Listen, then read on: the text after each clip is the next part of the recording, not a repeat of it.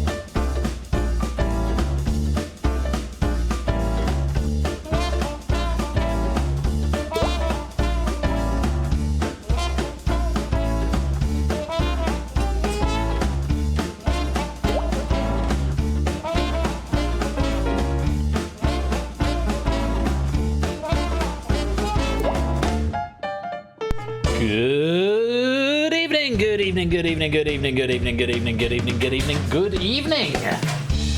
And welcome to Game Night this Saturday night, the 14th of March. It is 8:05 here in the UK. And here's a message from our sponsor, G. Isons. Mr. Ben, sir, what will your leakage be? What will my leakage be? Thank you for the 100 bits there, G. Isons. Hope you're keeping well, my dude. Thanks as well to AVMe for the 66 months. And to Clive of Legend for the 75 months. That's crazy. Those is crazy numbers, gang. How y'all doing? Lovely to have you here. I just remembered last time we played Data Leak, the balance was off. Dexter, can you just give me a minute and stop being a nuisance? while I make Data Leak a bit quieter. That's a bit better.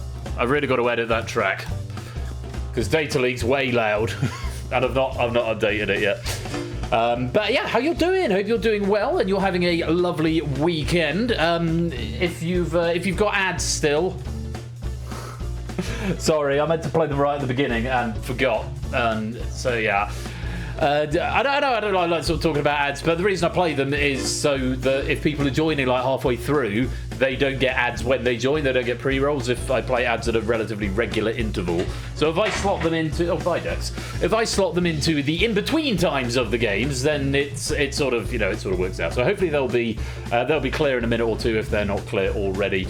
In the meanwhile, let me say hello to you all. Good evening to SJ and ABMe, Stilgar and JR, Vertigo and TVP, Shapes and Toot, Fetz and Oni, Flyboy, Jerry, Free Ruckers, Nando, Samster, G. Eisens, Bungle, Connor Adelac, and anyone else who is lurking, loitering, and lingering in the chat. You are all most welcome to be here. Thank you so much for joining us.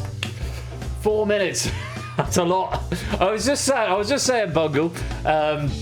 The reason for the ads is so that anyone who's joining late, and we're a little low tonight. I think there's some daylight savings shenanigans. I know one of my guests for later on had not clocked that we in the UK haven't put our clocks forward yet, and that had got the start time wrong. So there's a non-zero chance some people are possibly have missed the time. I know I ping in the server and stuff, but if people aren't paying attention to it, there may be some people joining late. So playing ads at the beginning means that when they join, that there's no ads. So if I play ads when there's nothing particularly exciting happening, it sort of works out well. So yes, we did invent time. We literally did. It was a train thing because no one could decide what time the trains left, and people thought it's important to know. It was sort of industrial revolution-y sort of time. Yes, we did invent the time, so whatever the time is here is officially the time. Of course, wherever the time you are is officially the time for you. I'll just take this opportunity to say on the subject of adverts, if you don't want to see adverts, you can subscribe. There is no obligation to. No one is under any obligation to put money towards this channel. But if you do, and there goes that hype train leaving the station, it's 69%. Very nice. It's always, if you do, it's always very gratefully received, and it means you do get ad-free viewing. Which is nice. So, we've got a bit of a bumper edition tonight. We're starting off with Data Leak. This has been written by Zeus, proofed by JR. I've only very peripherally seen this pack, so I'm looking forward to it playing out. Then we've got a bit of a break time game. We've got Crossfire by Jogging. That's been proofed by Toot. So that'll leave you in the very gentle hands of Emily to play that at half-time while we all go get a drink and top up our glasses and whatnot. Coming up in the second half, we've got DangerZone by JR, so he's going from proofing one to writing for another. So JR has having to set out most of the quids tonight. I'm very, very grateful to him for his efforts. And that's been written by JR and proofed by Stinson's Angle. So DangerZone. Only the second time we're seeing DangerZone this season, and very much looking forward to it playing out. It was, of course, my first original here at Game Night. Before it was Game Night, DangerZone is actually older than Game Night, which is a weird thing to conceive of, but there we are. And then, coming up a bit later on after DangerZone, we have got a brand new format which is airing for the first time. I've done a little bit of work with Lewis on this, who's been my creative consultant, and we bounced some ideas around. I've got 4 guests coming to join me at the end of the stream because it is a hot seat game, exclusively hot seat. And it's as ever with a new format. It's give it some slack, but I think it's fairly. It feels fairly done, and the goal is to do a tournament with this format next season.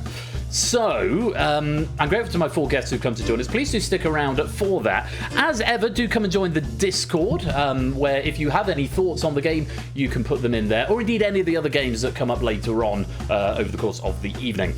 It's also a place to come and hang out if you want to get up-to-the-minute information about stuff happening at Game Night, and also where you can come and submit packs if you would like to write for this channel. Don't forget, over the course of the evening, you can suggest the raid message if you want to become the episode title and be immortalised forever on the website.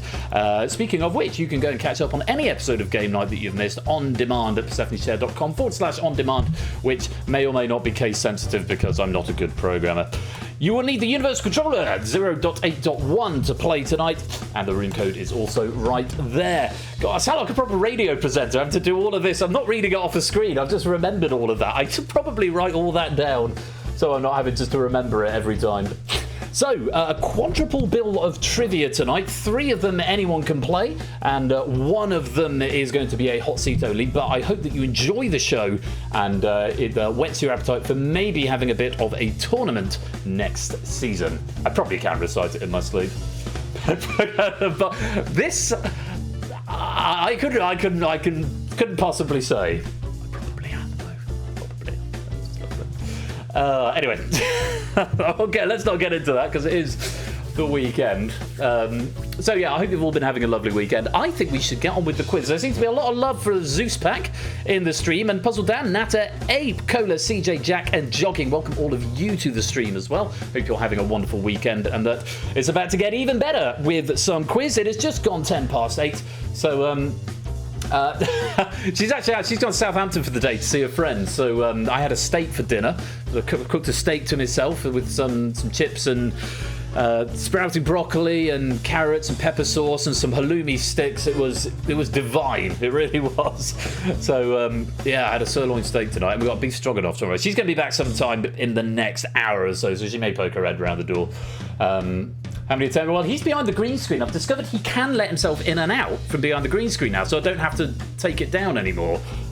He's just gone to sleep. So, and he's actually very good at not stealing food these days. He's gotten better at it. Lewis, welcome to the stream. And yes, I will indeed get on with the quiz. I think I should do that almost immediately, in fact. You're ready to play. This is Data Leak. It has been written by Zeus, and I hope you enjoy the spoils of the quiz this evening. Let's lock it up and let's play Data Leak. Quick recap of how to play. You need to solve the puzzles as quickly as you can. Clues are revealed every 10 seconds, and the fewer clues you need, the more points you win. Get the answer wrong, you'll be frozen out for 8 seconds, so it's a sort of a soft penalty, but no... You can have another attempt at it a little bit later on, but it freezes you out for 8 seconds so that you can't just keep spamming on, the 5-point clue, for example. In round 4, you need to have exact spelling. That is the clue chain round, but we'll get more into that a bit later on. Nothing left to say except good luck and have fun. Yeah. Great. That's all there is to it. I was going to say something about something else. Tangential to game night, but I've decided not to. I might say it later on. Yeah, good luck, have fun. Indeed so. Right, here we go, round 1. It's 5 degrees, and in this round you'll be presented with a category and 5 longer clues, all describing the same person, place, or object. Faster you solve it, the more points you win. Simple as that. So, fingers on devices. The very best of luck to you all. For our first puzzle, we are looking for a colour. For 5. Featured in the name of the entertainment company that released Baby Shark. Some people not wasting any time for 5 points here. For 4 points, Lizzo single featured on the 2023 film Barbie. For 3, the conch shell on the flag of the Turks and Caicos Islands.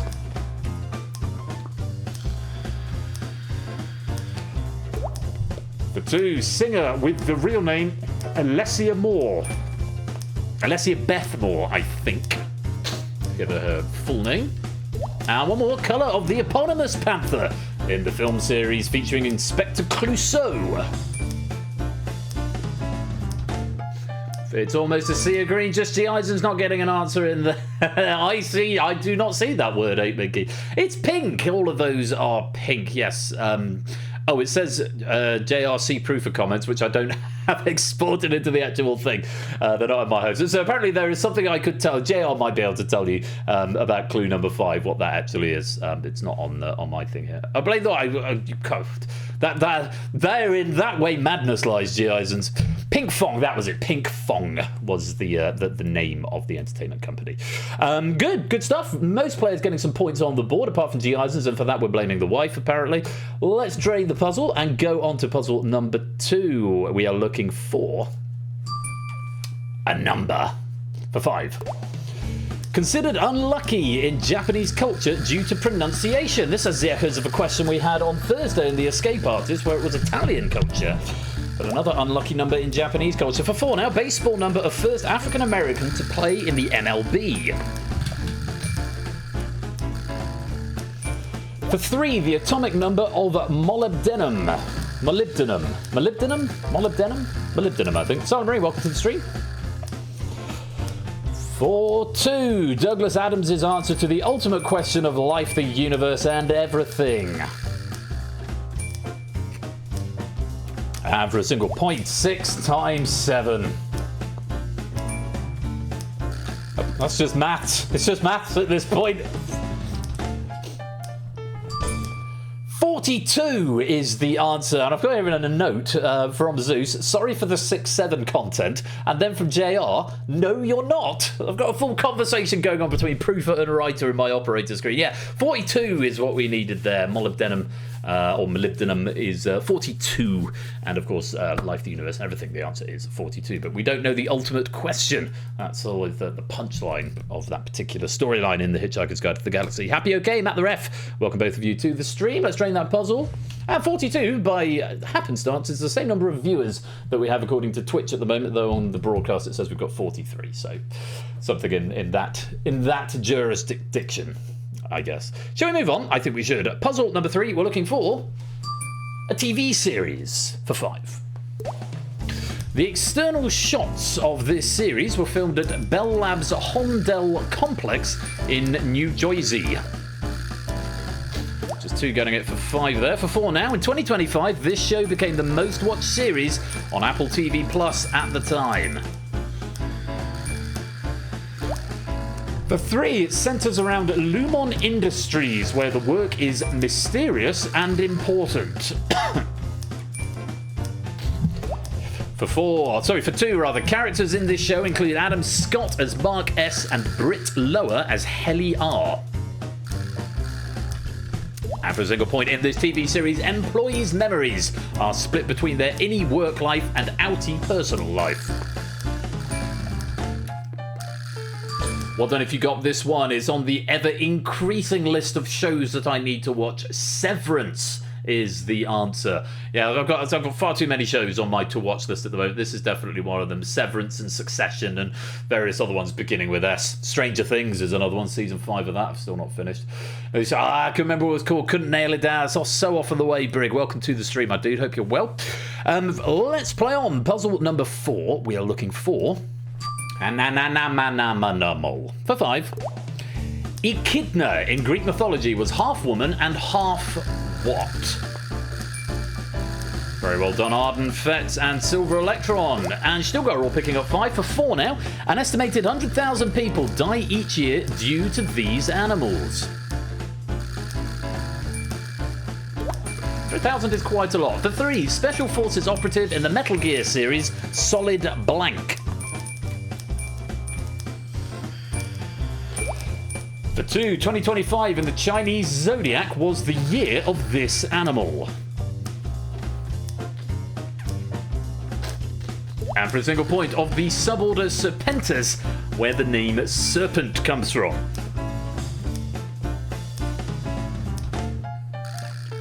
Snake! So I think it's a Metal Gear Solid reference. I don't know. I've never played Metal Gear Solid. I know lots about it. I remember I had a friend growing up who had it on the PlayStation. I used to go around to his house and I used to watch him play it. I never got to play it myself.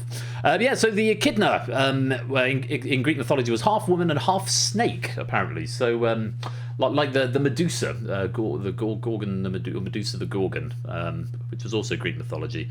I'm guessing. Is that no? That's something different. That's snake hair, didn't they? That was it. Yeah, so 100,000 people die each year from snake bite, snake venom. Fun fact: snakes have venom. They're not poisonous. When people say a poisonous snake, they're generally mistaken. There are 3 poisonous snakes, but venomous means it can imbibe poison or toxins at you with a bite or something. That's venomous. Poisonous means it will kill you if you eat it, and there are a handful of poisonous snakes. There you go. That's one thing I know, the difference between venom and poison. These are things that I know. Well done if you did manage to get some points there. Let's drain that puzzle. We've got one more in this round, and Shadowmane and Moon Raider, welcome both of you to the stream. It's a poisonous snake if it's in political office. This is a QI bit where they say, I think it's probably where I get it from. They say, name a poisonous snake. And Jimmy Carr immediately goes, Piers Morgan. And, and immediately it sort of goes, flashes Piers Morgan like that, which is very, very funny. I really should hook that button into actually doing something on the screen, shouldn't I, if that happens? Anyway, let's play on. Puzzle number 5, we're looking for a video game series. I've had the button for a while only, I just never press it. For 5, this series of co-op games started in 2009 with the franchise exceeding 100 million sales as of February 2026. For 4, developed by Gearbox Software, 2K and Telltale Games. Here's a few of the gamers coming in now to solve this one. For 3, was adapted into a 2024 film with cast including Kevin Hart, Jack Black and Cate Blanchett. For 2, playable characters in this series of games are referred to as Vault Hunters. And for a single point, NPCs include the robot Claptrap, 13-year-old demolitions expert Tiny Tina, and Handsome Jack. Borderlands was the answer, which is, again, another game I've never played, but I have come across. I have heard of, because I do subscribe to the zero punctuation train of thought, or formerly zero punctuation, now fully ramblomatic after the fallout with the Escapist magazine. But yes, it's always worth. Sometimes I enjoy listening and watching reviews more than I enjoy watching the actual thing. I mean, I religiously listen to Mark Kermode, but I don't watch all the films, even the ones he recommends. Anyway, that's the way it goes. Danger, welcome to the stream. Hope you're keeping well. You're on telly while playing Animal Crossing. I love it. I get to go on a big screen. That could be a fun game. Take a photo of me streaming on the biggest possible screen you can. It sort of feeds my ego slightly, and it's also kind of fun to see, on how big a picture I can make. Anyway, let's drain that puzzle and let's take a look at the scores. Well. We have got Toot in the lead with 21, Happy currently in second with 19, and Sam is in third with 17. So, Solid with lots of players on 16, quite a few on 15, and then a pretty even spread down to the other end. But we've still got plenty of questions to go. I think we should play on round 2. 55 inches. Goodness me, that's almost 56 inches. It's all a blur is round 2, and in this round you're going to be presented with a category and a blurred picture, which will gradually come into sharper focus. The faster you solve it, the more points you win. You will receive a cryptic clue at the 2-point mark. Okay, so even if you've no idea what the picture is, then cryptic clue maybe will help you out. Now, in this round, you will not get any information on your devices, so the picture will only be shown on the broadcast, so make sure you do take a look at that. If you've got a bit of latency, I apologise for that, but hopefully it's not too bad. Okay, so fingers on devices, gang. Here is our first picture with a nice broad category. Only cuts it down to about 4 billion. We're looking for a woman for 5.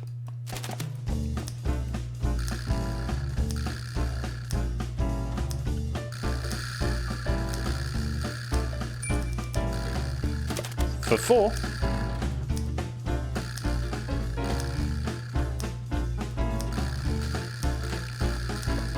Shapes has got there. For 3. Woody back, welcome to the game. Puzzle Dan has now got there as well, as has Oni and Vertigo. For 2, not a stranger to a tournament or two, given her time with Arsenal or on BBC One in the afternoon. And for a single point.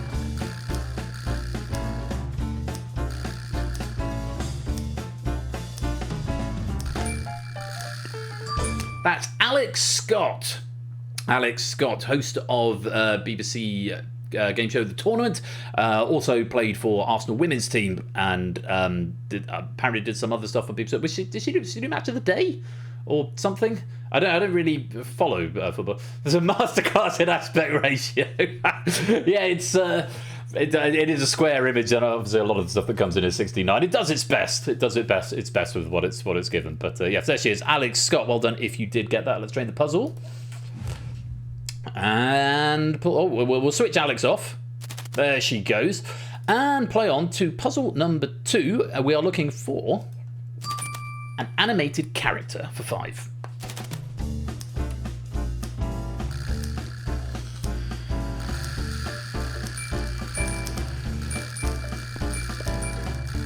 For 4.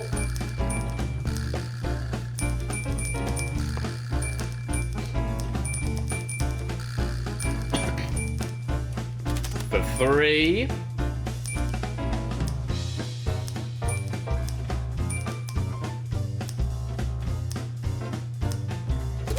For 2, this pint-sized character was introduced as the main villain in the original Shrek film.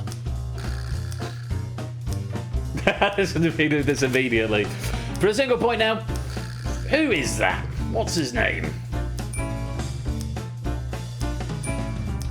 Now, all in it together. Lord Farquaad. Lord Farquaad was the answer. His full name is apparently Lord Maximus Farquaad, which I must confess I didn't know. Believed he was voiced by John Lithgow, I think, in the original Shrek film. Shrek. So here's a fun fact. First of all, a message from our sponsor, DangerZone. Gonna work this out. Welcome to Dulac. It's a perfect town. Welcome to Dulac. It's a perfect town. Thank you for the 100 bits there, guys. I haven't seen Shrek for years. Shrek is 22 years old. No, it's not. Shrek 2 is 22 years old. My God, Shrek is 25 years old. Yeah, just let that sink in. Don't know what it wants now. Let's drain the puzzle. Stop it. Stop! 2001. Yeah, Shrek was 2000. I think Shrek was 2001. The sequel was 2002, I think. Yeah, 2001. Oh, there's a Shrek 5 coming out next year, apparently. Well, I never knew that. Yeah, so that's a thing. Anyway, let's move on from feeling ancient to puzzle number 3. We are looking for a tabletop game. I don't feel so good. All right, Peter Parker. For 5.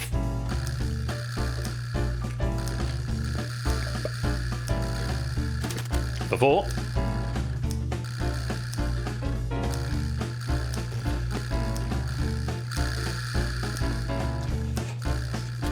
For 3.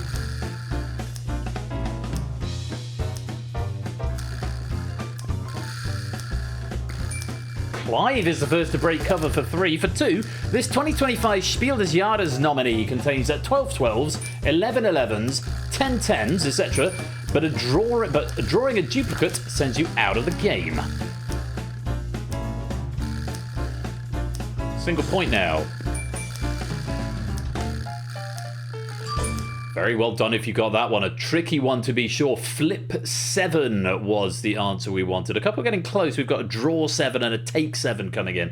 Flip 7 was the answer. I must say it's not one I've ever heard of either. I don't tend to keep up with the tabletop Spiel des Jahres thing. I know it's a thing, and I know a lot of people in the community are very up on it, but it's not something that comes by my curiosity too often. But very well done if you did get that. Let's drain the puzzle.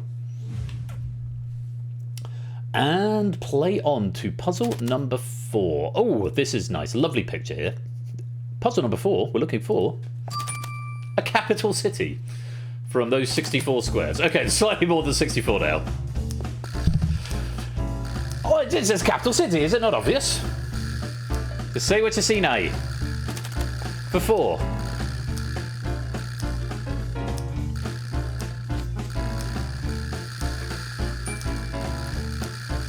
Is the first in for 3. Well, Natter getting 4 for 3 now.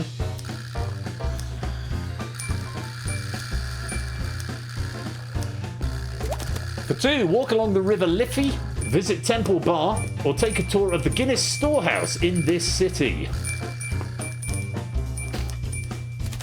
Single point now.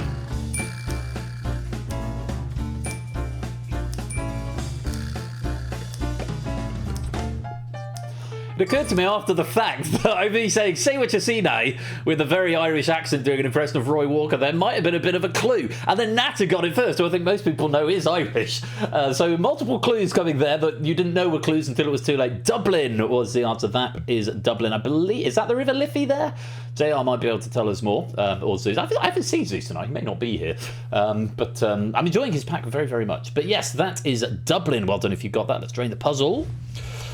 Colin, Clive, Score, welcome all of you all to the stream. Great to have you with us. And one final picture puzzle in this round. We are looking for a musician for 5.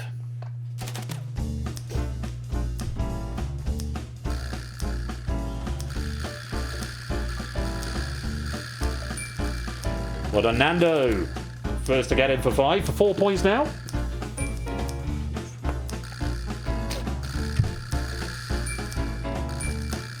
A couple of others getting in here for 3.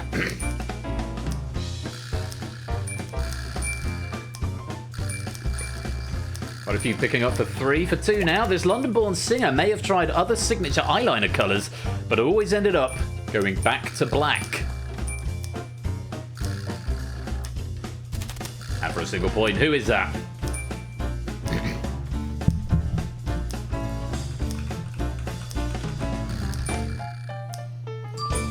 It is, of course, Amy Winehouse. Very well done if you got that. The late Amy Winehouse died in July 2011. Another unfortunate member of the so-called 27 Club. Great musician and sadly missed. Maxio, welcome to the stream. Let's drain that puzzle and let's take a little peep at the scores. At the end of that round, Toot still has the lead, but it is a little bit diminished. He's got 32. Oni and Shapes move up to tie second with 30 apiece. And we've got a 3-way in third. AB, me, Clive and Sam all sitting happy on 29. Still, we have got 75 points still up for grabs in the remainder of the quiz. So all of that could change as we move on to round 3.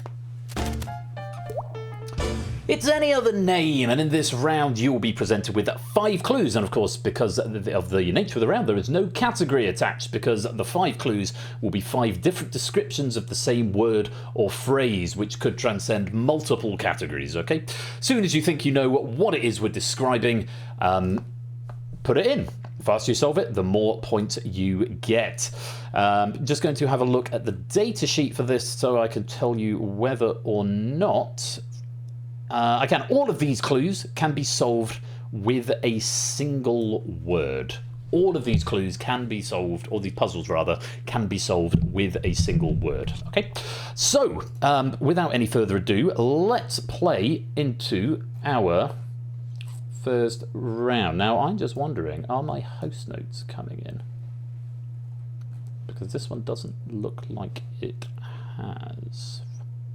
Unless the order has changed from the original pack.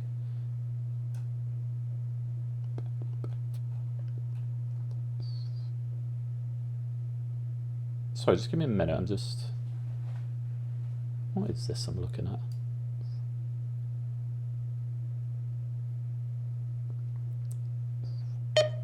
Oh. Oh, fine. Thank you, JR. So I get confused. It looks at the original submission of the data is different. So obviously this has been proofed, and now we're using Q4 as the data on the drive, which we're slowly migrating away from. Is no longer accurate. But because we're using new software, I am make the more fun. Cola abusing the power user alert tool there. Yeah, because we're now moving towards this Q4 delivery of software, and because it's not Google Sheets. I'm just a little bit more self-conscious about data errors, especially because we have had a day. Well, has there been a day? There's been one, I think, so I'm being a bit more cautious now. So do forgive me. I'm happy, though. JR is happy, and Cola gives me his blessing just to make stuff up, which is I may do. Off we go, then, into puzzle number 1 of any other name. Here we go. For 5. 2016 M. Night Shyamalan film starring James McAvoy and Anya Taylor-Joy.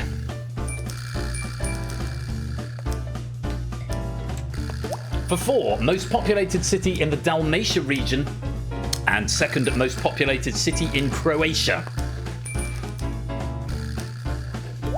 For 3, 2025 game developed by the creators of It Takes Two, Blank Fiction.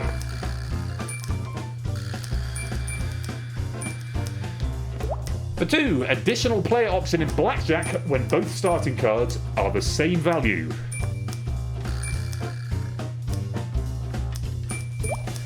And for a single point, a verb meaning to divide into 2 or more groups.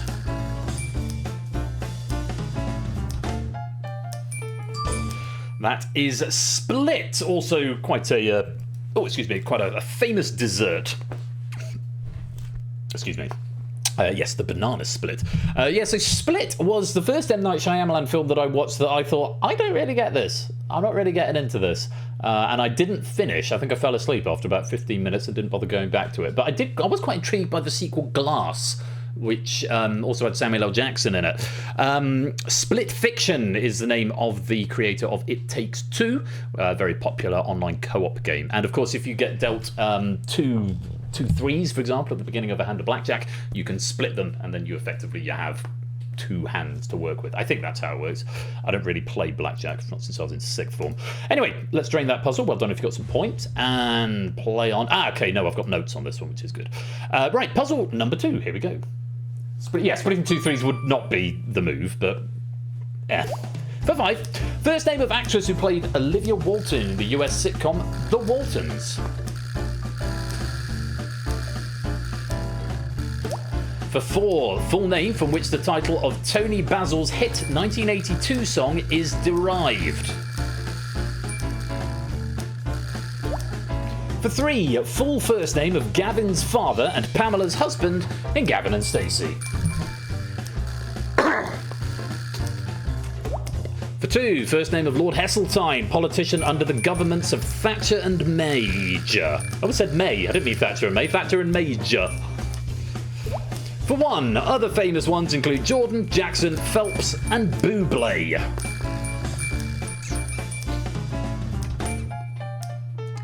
Michael is the answer. So the 1982 Tony Basil song is Hey Mickey, or just Mickey, and Michael is sort of Mickey is derived from the name Michael.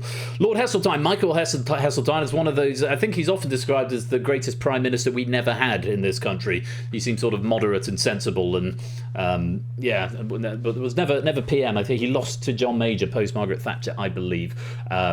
Major, yeah. I'm going to Jack Wilford to confirm that, because he'll know far more about this than I will. But yeah, Jack, was that is that about the level of it? And of course, yes, Michael Jordan, Michael Jackson, Michael Phelps, Michael Bublé. I've never seen Gavin and Stacey, but Gavin's father, was he the one played by Larry Lamb, possibly? Oh, did I pronounce Charles Kennedy really right? Well, was he ever really going to be the Prime Minister, though? Wasn't he a Lib Dem? There you go, yeah, it's something I know, Larry Lamb. Good stuff. Well done. Let's drain the puzzle. I said well done to myself really disingenuously. That's not the way to do it. What song you have? Oh, really? No, it's the 1982 song, the full name of the person in it. Yeah, so we're just yesing at the chat now. I'm going to move on. Puzzle number 3. Here we go. For 5, 2018 BTS song sung solo by Jungkook. For 4, I'll probably get it from this one. Calvin Klein fragrance released in 2005. Someone else does, apparently. For 3, 2019 high school drama starring Zendaya as Rue Bennett.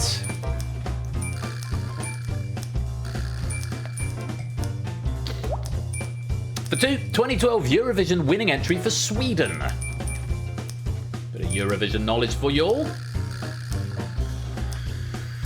And for a single point, defined as extreme happiness, sometimes more than is reasonable in a particular situation.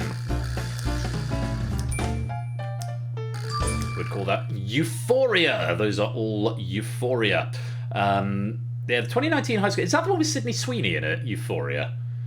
Is it the one that shot her to fame? Because Zendaya's been around for a little while now. I don't think she was I think she was already a name when that show started in 2019. Everyone's just going to stop saying yes in the chat. It's just an endless stream of yes. You bunch of yes men, you. So BTS song by Jungkook, also called Euphoria. Well done if you got that. Let's drain the puzzle. No. Yes. No. Many lols. Right, shall we have another puzzle? C. Yes, let's have another puzzle. I'm going to get a thing about this. I'm going to get hysterical in a minute. Right, on we go. Puzzle number 4. For 5. Name of a Portuguese centre-right newspaper founded in 2006.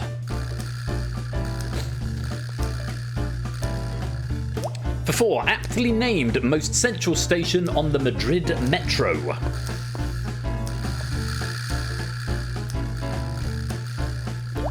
For 3. Currency of Peru.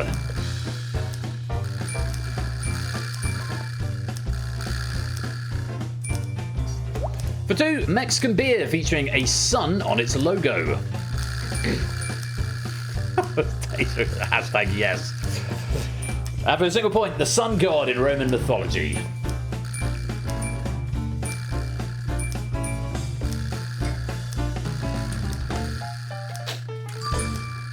It's not yes, but it's another 3-letter word. Sol.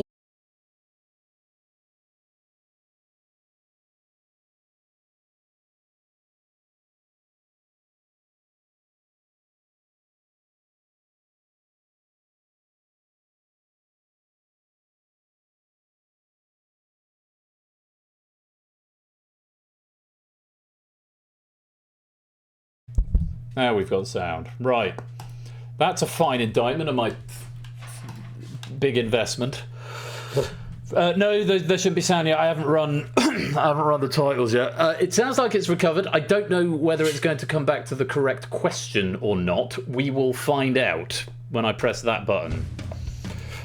Those are the scores, that, such as they were. You might need to refresh if you've closed it, but if you left it open... I'm hoping it's going to bring us back in at the previous question, otherwise this is going to be a very dull... well, let's see where it might put us back to the start of the round. Let's see. No. That's upsetting, isn't it? Okay, so here's what we're going to do. Oh no, I can't really do that, can I? We might just have to click through it until we get... I mean, what were these points? These were the points at the end of round 3, was it? Was it points at the end of round 3? Why can't I edit the question from here? Hello, Dex. You come to cheer me up. Just play again. Yeah, that would work, wouldn't it? Yeah, it's gone back to the start of the stack. It doesn't restore the question state. So it's got the scores still in. How do we do this? I mean, we could just click here, play the honesty policy and no one answer, but I can't even speed the game up now because of stuff. Because it's built. Hi, Dexter. How do we do this? How do we do this? So if I rebuild it, am I going to lose all the persistent data? I think I probably will.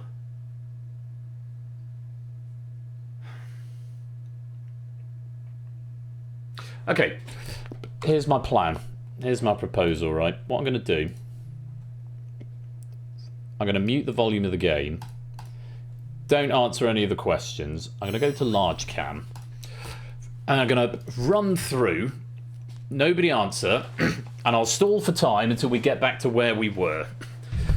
But obviously I can see if people are going to answer. So please don't answer. This is the best I can do for now. Obviously I need to store the question state and the round state as well. You kill the data that's used and re-input. Not quickly. I'd need to make some changes to the build, which is obviously not ideal. Yeah. Right, gang. Let's first of all have a message from our sponsor Oni. What's your favorite memory of Wigan? I have no memories of Wigan. Thank you for the 100 bits. Very much appreciated. Right. Well, here's the thing, Jones. I think it probably was in all but name. So here's my concern is that I've just spent quite a lot of money on a new PC. One of the main reasons was to stop these crashes happening, and on the third stream with the new PC, we get a random stoppage. So I went for the nuclear option for fixing the problems and got entirely new hardware. That is evidently, I mean, it's not as bad of a problem because it didn't go full blue screen, but it's evidently there is something else still amiss. And I am getting so monumentally frustrated and sad and upset. And I dare say all of you guys are as well, because this is not what people sign up for. This is not what people spend their time writing questions for, to have to go on my hardware and have it crash. I'm going to go check Event Viewer in a minute. But I want to put an end to this, because in all the other people who do things like this, when Topper did things like this and Ashley does things like this, none of this was ever an issue. No, for those guys, they never get crashed. So they might have, you know, bugs that crop up in their own software, and that, you know, that sort of thing is to be expected. But that's not what's happening here, and I'm just getting so monumentally upset. Not just because I'm now, you know, actively spending money on it and it's not fixing the problem. So I want to just put a shout out to anyone who can help me diagnose what in the fuck is going on and why this keeps happening, because it's not anything consistent that I can that I can do on a regular basis. It just happens sometimes, which is the worst sort of thing. So I'm just putting it out there, and I know Bungle is gonna give me a hand here, and I'm sorry for having a rant, but it's just so upsetting when it just seems that there's nothing I can do to make it happen. To make it be smooth. Now, while we're running questions through, to get back to where we were in the game. Now, obviously, this time machine thing where it's preserved your scores is a backup. Ideally, it would have put us back to the game so we can just carry on. At the moment, I'm now having to store for time, which is not ideal, but it's better than, you know, actually just replaying the game completely. While we're doing this, I'm going to look at the event viewer and see if anything got raised. Right, there is an error at 2051, which sounds about the right time, and I'm hoping together we might be able to work something out. It says here, the very Jackie Weaver message: the authority INTSI key ID and then a big scramble of letters Microsoft.azure.net does not exist. This is the only error. Now, if someone can double check 2051. What do you want, a screenshot, Bungle? And then there's the SCEP Certificate Enrollment Initialization for Local System thing failed. There was then a warning a bit later on. If someone can get an exact timestamp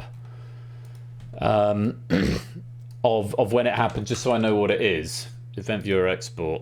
I haven't got Facebook open on this machine. Tell you what, I'll do I'm just going to take a photo, mate. I know it's not ideal, but it's what I've got to hand right now. Oh, sorry, I need to progress the game as well, because that's also a thing that's happening. Let me send you a photo of what it says.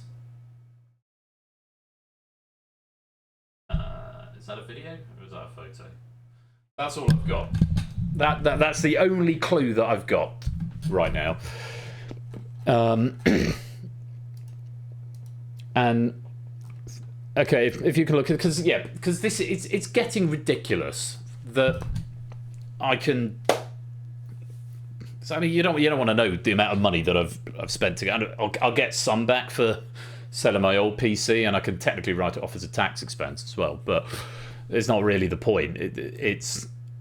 This should not be happening, and I'm just going to. I'm just having a vent here, which I know isn't good and doesn't look very professional, but it's just so deeply frustrating that it's been going on for so long. Tried to look for a fix, but my laptop randomly crashed when playing games and installing large files. I can't deal with it anymore. Does anyone know how to fix this? I tried reinstalling my drives and everything. Right. So you've done a lot and tried to fix it. It keeps happening. I absolutely feel the pain. It seems to work for me is going to security processor, troubleshooting, clear TPM, clear and restart. You'll have to set up your password again upon restarting, but that's for sure worth it. Most will come back at some point. Just repeat these steps. Okay.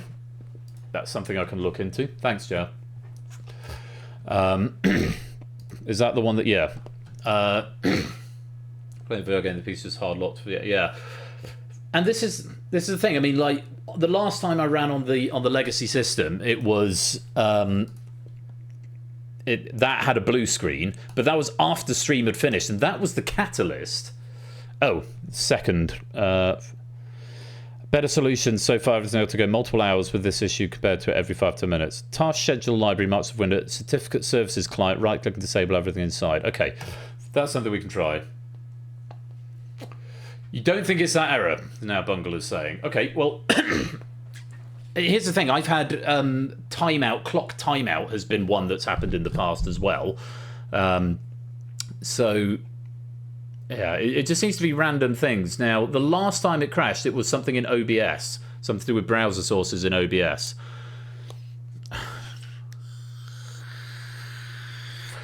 I'm just going to keep throwing this out to all of you because it's just getting to the point where I don't feel comfortable. I feel anxious doing streams, which I shouldn't do. They should be fun. And they're proving that it's now giving such a great level of anxiety because things might just break at any minute. And yeah, things just say getting a new PC, like ground up new PC. The only thing that's the same as there is the hard drive, and I mean it could be that. Why have I got no picture? I don't know. But here's the thing, it's across multiple systems. So JR sending me stuff, check the cooling fan settings. My fans are running. I have hardware monitor open for streams now. And it's just... It's across multiple systems, multiple machines. Which means it's, you know, almost certainly not hardware, I guess. Well, sponsor JR. A contribution to the anti-anxiety fund, less than 3. I appreciate the 200 bits, JR. Thanks very much. Thanks, software driver thing. But again, I've got latest drivers of everything because it's all brand new, and I updated NVIDIA drivers a couple of days ago. So, no, granted, latest doesn't mean best necessarily, but it's still. It just makes me really sad. It makes me really sad, and I know it's really frustrating for all of you. If you want to come here and do some wholesome, good quality quiz, and if you're like me, I'm now going to be... I'd say this has now tainted the computer for me. It's brand new, and I'm now just going to forever... Because I know what happened with the last system, I'm just forever going to be thinking, is this going to happen now every time with this computer? And again, because it's not something I can repro with any reliability, it's just something I have to, when it happens, try and investigate with the information I have. But it's not as simple as saying, well, just try reseating the RAM, because then it might not happen again for another 2 months. And then it does, and it ruins, you know, it ruins everyone's evening. I hope I haven't ruined your evening, genuinely. Do I use virtual? I do occasionally. I haven't got it on at the moment. I've just got my webcam plugged in at the moment, so... that and cross software issues. No, it's just a Logitech thing, 1080 Logitech MacGuffin. On the plus side, it has remembered it has saved my Ray messages, which is good. But yeah. Anyway, sorry for the rant. It's all I can do at the moment while we're waiting for the game to get back to where it was, because Data Leak is quite a slow game as well. You're very kind, Joe. You're very kind. Yeah, I just wish this wasn't a problem. I would be much, much, much happier if this wasn't a thing. Thing is, it's consistent across multiple pieces of my software. It happened before the operator was a thing, which makes me think it's OBS, maybe. For what it's worth, I'm at the last picture puzzle. So we're 2/3 of the way back to where we were, really. It looks like the scores have gone back to the end of round 2. So actually, no, we'll be back in a minute. And we'll just have to do the honour system for the first couple of questions of round 2. Round 3, rather, which is any other name. That's the plan. Yeah, occasionally is quite charitable there, JR, but... Anyway, for those of you who didn't come to listen to me rant, I apologise. Your scores should be on your universal controller, APME. So I would give you this opportunity now. Is the time to refresh your devices, if you haven't done so already.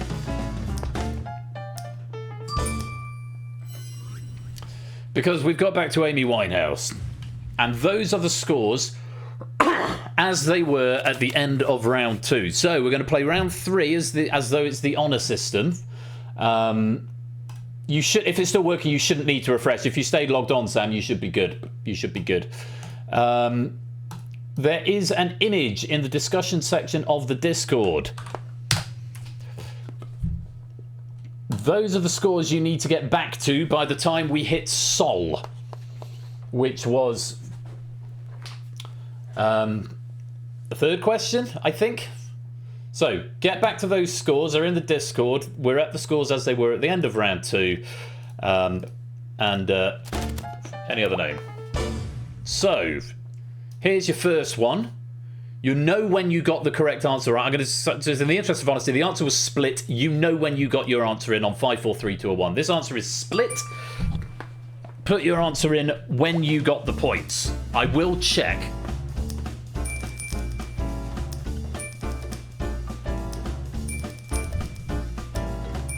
Thank you all for your patience. I'm not going to let it ruin my night. I'm not going to let it ruin my night.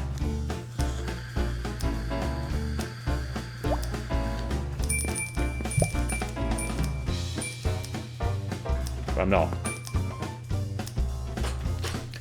So ruin my quarter though. The amount of money I pay for this PC that just hasn't fixed the issue. I don't speak enough about it normally because when things crash, I just say that's it. I'm done. I'm out. But yeah, and I'm saying I know we lose people when we crash. People go and don't come back necessarily. So which is upsetting. But never mind. Right, this one is Michael. Answer when you got it before.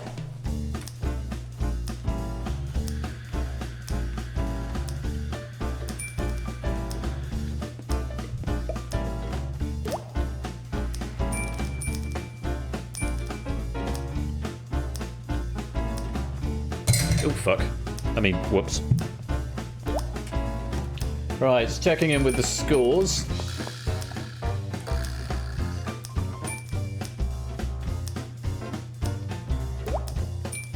Shapes, you should have a lot more than that at this point, because you only got 2 on the last one. And you should be on 43 after, so you're going to need to get the next one on 5. So, what I'll say, I'll do a very quick rundown of the score you need to end up on after this question. I know there's still one question, but on that question, Shapes only got 2, and he needs to get 5 on it. So, those 2 questions for 4. Oh, we got 2. Oh, we might have 2 left. Ignore me, we might have 2 left. We have got 2 left. This one's Euphoria. Sorry, I didn't realise we got through 4 questions. Right. Ignore me. Euphoria. Answer when you got it last time.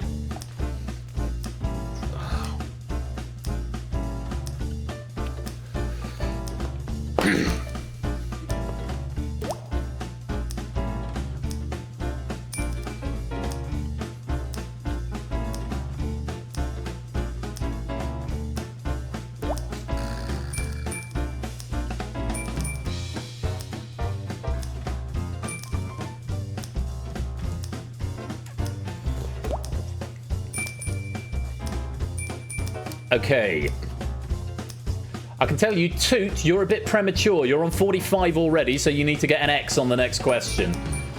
Shapes should be on 40. So after the next question, this is what you should be on.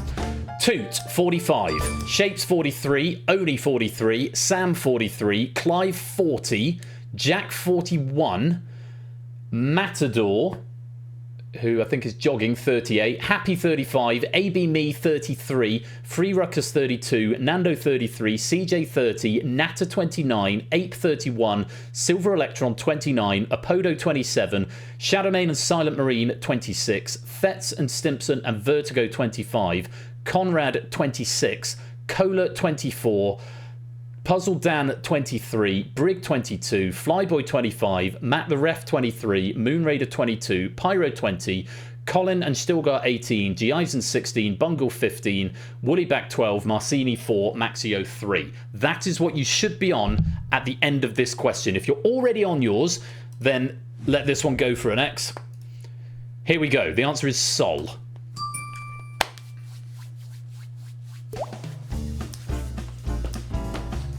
I swear to the mother, if this crashes right now, I'm gonna... Oh.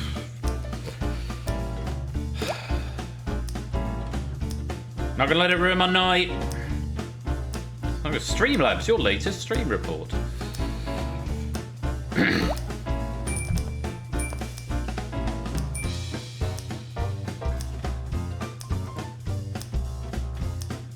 I will not tell you the answer for the next one.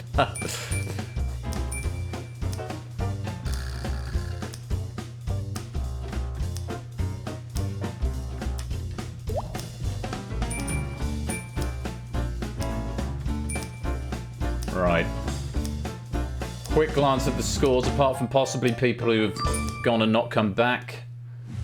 We look to be okay. 45, 43, 43, 43, 40, 41. The other way around. 38.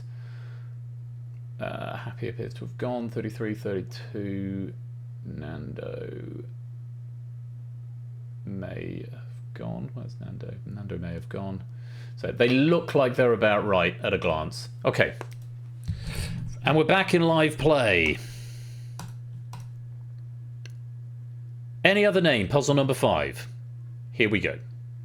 Answer it for real. For 5. Blank Motor Racing Services, Australian motor racing team.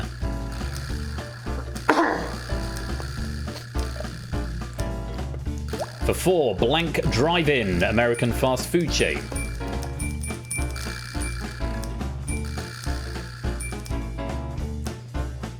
For 3, Seattle Super Blanks, previous name of Oklahoma City Thunder.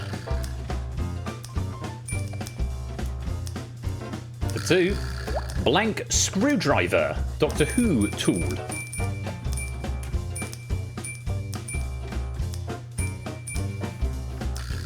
And for a single point, Blank the Hedgehog, video game series.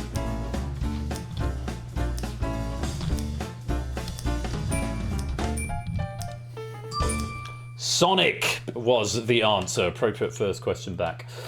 Sonic, yes, Sonic Motor Racing Services, Sonic Driving, Seattle Supersonics, Sonic Screwdriver, and Sonic the Hedgehog. Well done. If you got some points there. So, at the end of that very, very, very long round, Toot has the lead with 49, Oni and Sam in second with 47, Shapes is in third with 45. Let's play on to round 4. Round 4 is the clue chain, and in this round you'll be presented with a category and a single word or phrase that will gradually have more letters added to it. The faster you solve it, the more points you win, and in this round your spelling must be exact. Okay, so exact spelling, otherwise it will mark it as wrong. Best of luck to you all. For our first puzzle, we are looking for a single and musical artist for 5.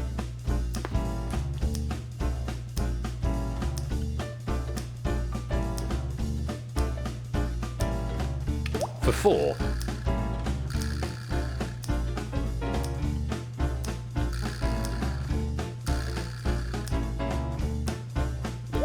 For 3.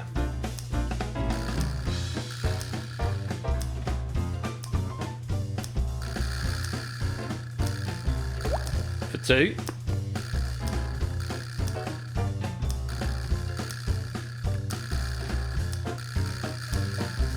A lot of players going to get 1 here.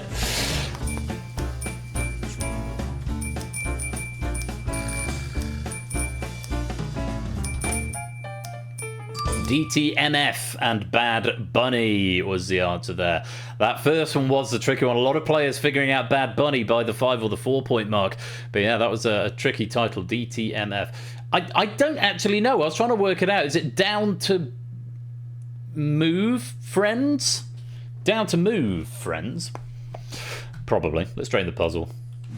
Done Tuesday, Men's Day, Friday. That would also work. Here we go. Puzzle number 2. We are looking for novel and authors for 5.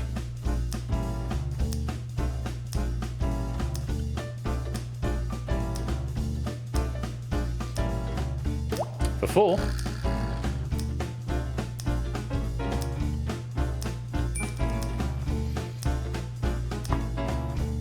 It's author, not authors. For 3. Hello, Zeus. Welcome on in.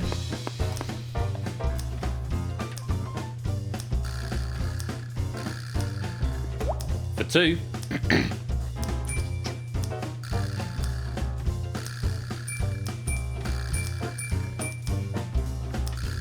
And for 1. Oh, of course they are. I think I knew that somewhere at the back of my mind bungle. Wondering if you got that one. Agnes Gray and Anne Bronte is what we wanted there. Very well played if you got that. Well done to 2, picking up 4 points there. Let's drain the puzzle and go on to puzzle number 3. We're looking for a musical and main character for 5.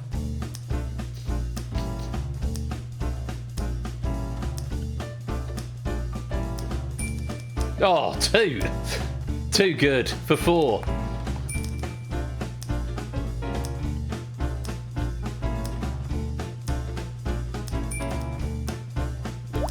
For 3.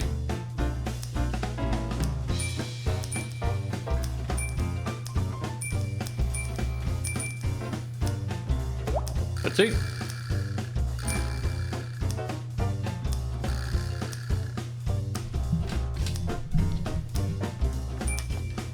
And for 1.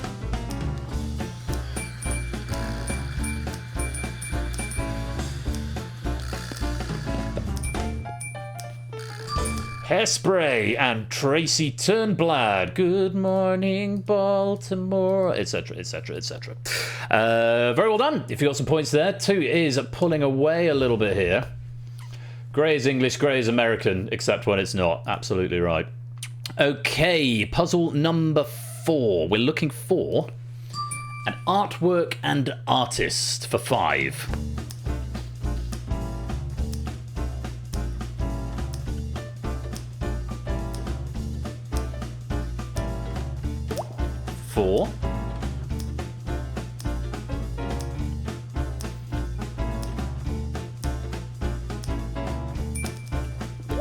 For 3.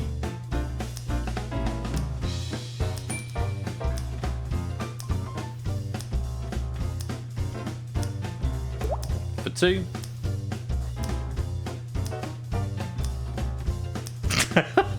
He's just good at the hangman game, obviously. For 1.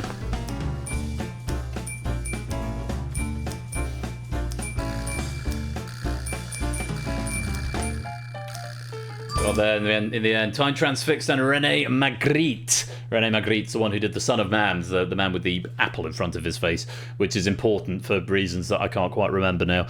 But yes, time transfixed and Rene Magritte. Again, quite a few of us figuring out Rene Magritte quite early on there, but a slightly more obscure piece of work there. Well done if you did get that. Let's train the puzzle. 1 more in this clue chain round. Here we go. We're looking for... Oh, well, if it disallowed it, Matt, it disallowed it. You put Reme, R-E-M-E. It's R-E-N-E. We're looking for a television show and host for 5.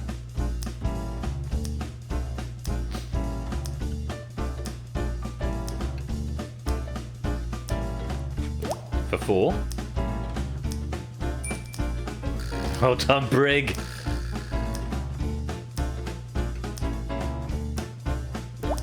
For 3.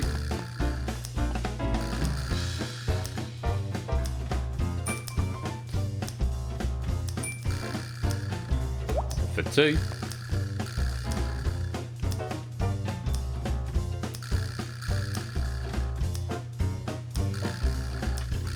And for 1.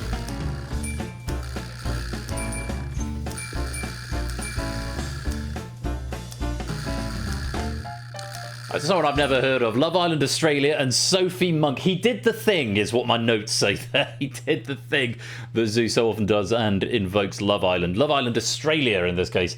And Sophie Monk, very well done. If you did get some points there, Brig. I've said hello already, but it's not. It doesn't save the chatters. It only saves the Ray message. So welcome on in.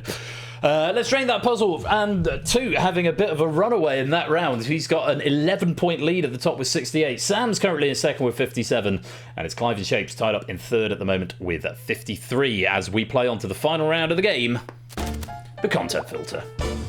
And in this round, you're going to be presented with a category and 5 shorter clues, all of which will be contained within or connected to the answer. The faster you solve it, the more points you win. It is as simple as that. Very similar to round 1, except shorter clues. So, 2 with an 11-point lead. He's looking fairly comfortable for the gold, but he can still be surpassed if he suddenly goes mad or something.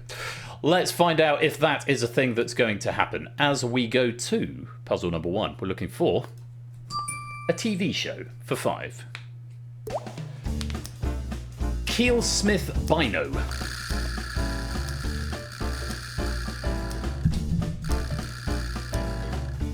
For 4, Sophie Willan.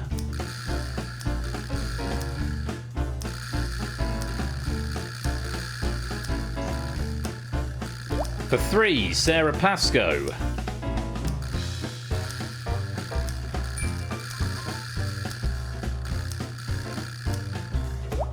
For 2, Claudia Winkleman.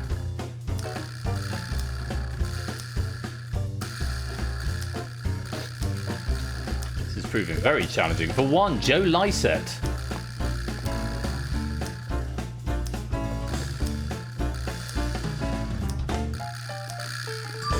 It was the Great British Sewing Bee. I was looking at some of the answers coming in. There were a couple of Great British Bake-Offs and one just Sewing Bee, which probably should have been allowed. So apologies if you did say that one. But yes, the Great British Sewing Bee. Just Vertigo getting 3 points there. Very well played. Tough one to start with. Let's drain the puzzle. And go on to our second one. We're looking for a book, and these are from chapter titles. For 5, The Family Begins to Starve. Yeah, because I can't overrule it, Vertigo, unfortunately. For 4, The First Two Finders.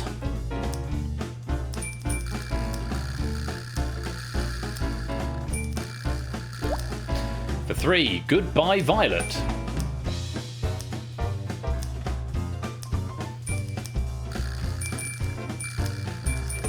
For 2, Grandpa Joe Takes a Gamble. He puts it all on red. And for a single point, Mr. Willy Wonka.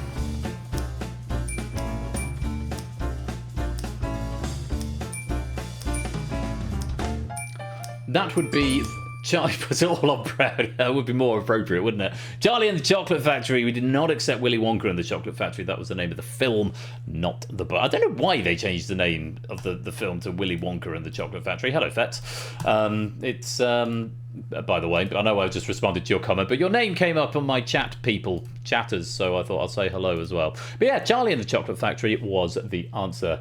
Yes, I always thought that was odd, that they're in bed, they couldn't even move, and then all of a sudden he got a golden ticket. Oh, I'm fine now. Lifetime supply of chocolate. Suddenly everything is well. On we go, let's drain the puzzle. Puzzle number 3, we're looking for a pop group. For 5. Stronger. I believe these are all singles by said pop group. For 4. Ugly.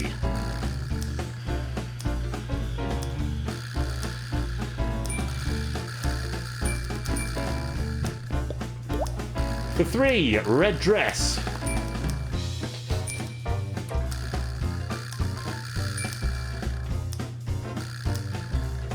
For 2, Round Round.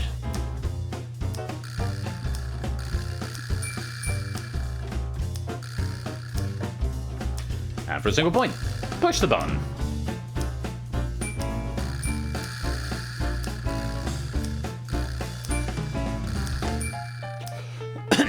I think I know 3 of those. Push if you really you oughta push the button, which was just played on the radio constantly when I was about 15, 16 years old. It's like constant sound of that song.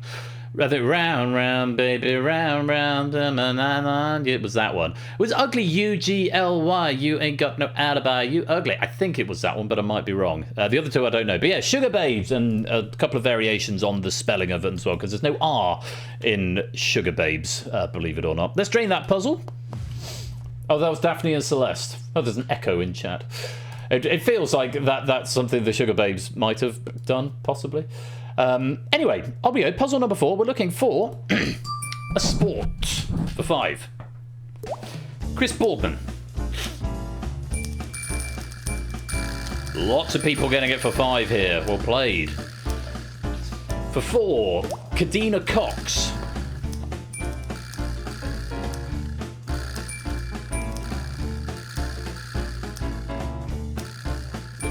For 3, Lizzie Armitstead.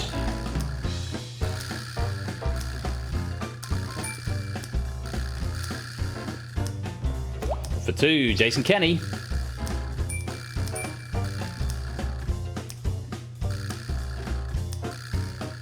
And for a single point, Bradley Wiggins.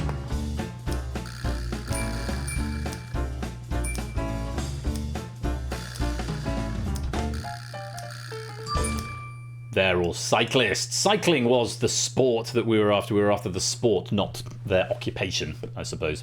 Very well done. If you've got some points there, let's drain the puzzle. Let's take a look at the scores. Toot has got that gold locked up, which is 1 puzzle to go with a 10-point lead. Sam has all but got the silver locked up. Shapes could still theoretically tie for the silver if he gets 5 and Sam gets 0.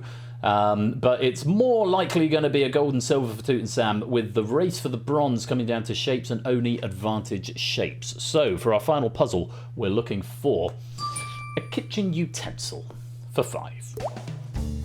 But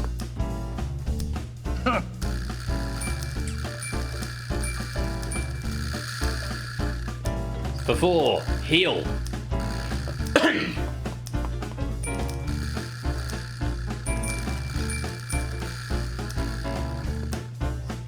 For 3, tang.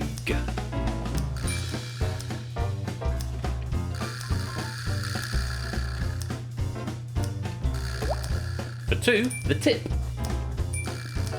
And with that clue, Oni has bypassed the opportunity for a bronze. He's going to have to settle for 4th or lower. And for a single point, the blade.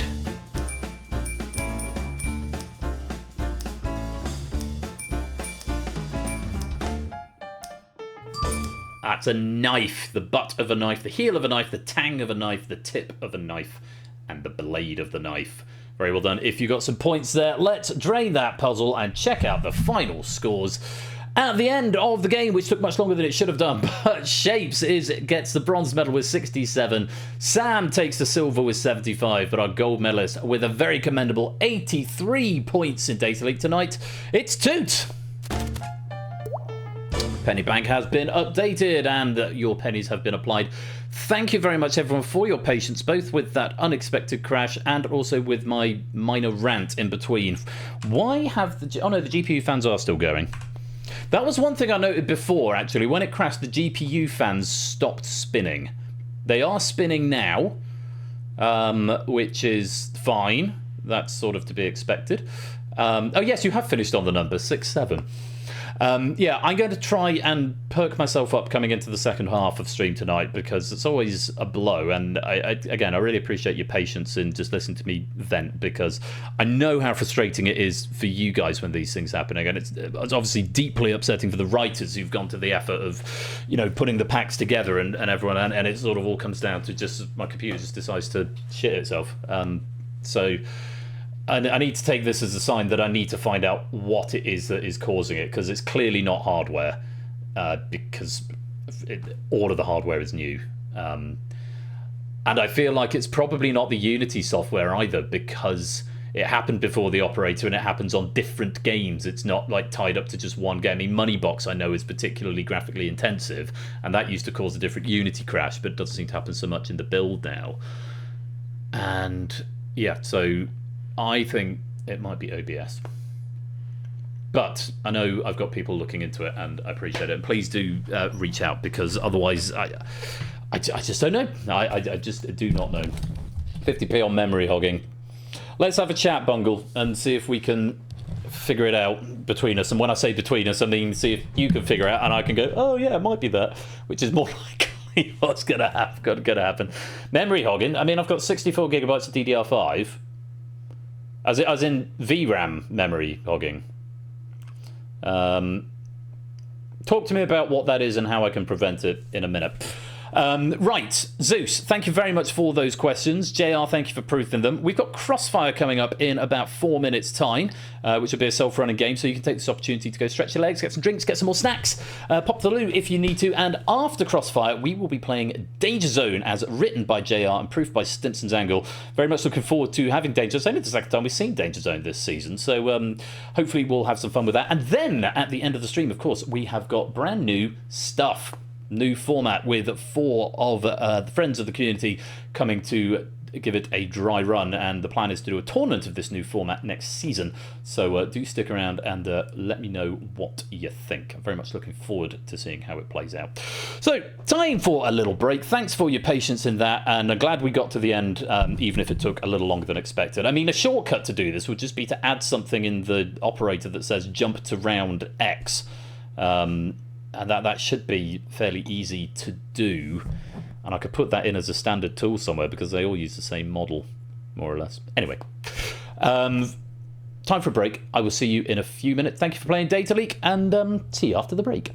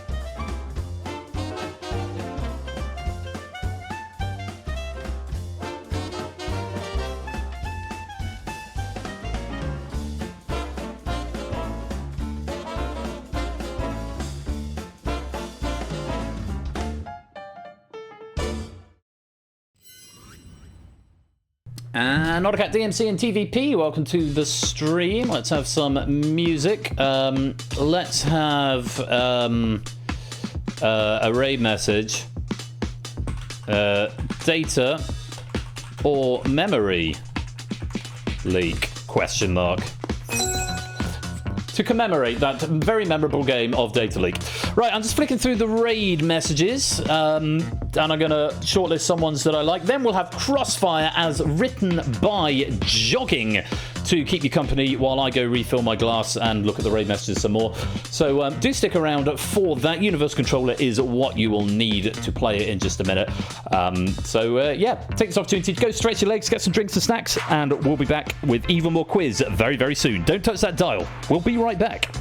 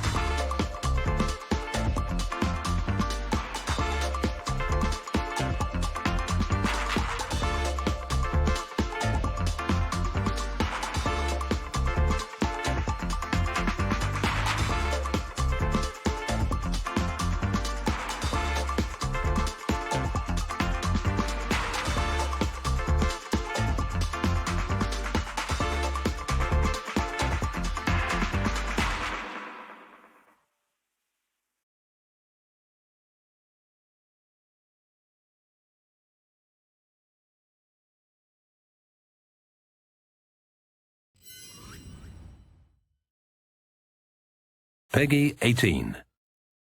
Actually, this game has not been rated by Peggy, but it does contain graphic violence and probably shouldn't be played by anybody.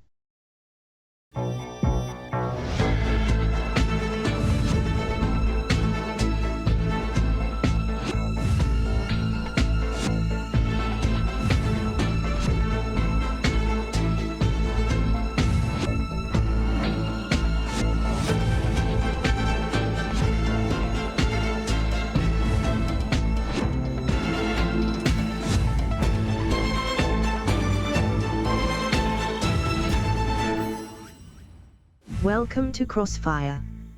My name is Emily, and I will be supervising the process this evening. Once at least 12 of you have joined the lobby, the process will begin. By its conclusion, 1 of you will still be alive. However, 11 of you will not be. And won't that be sad?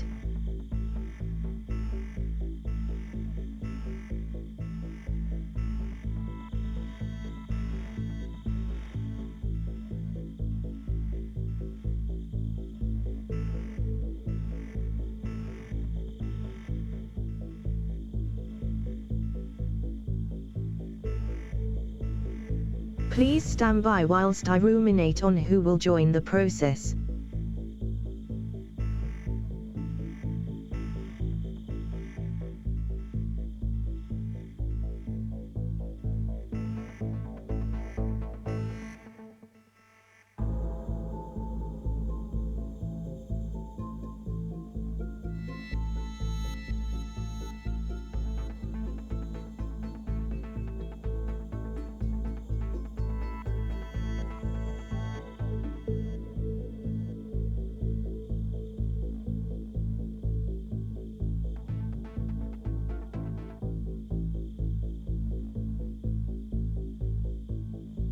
Samsmza has joined the process.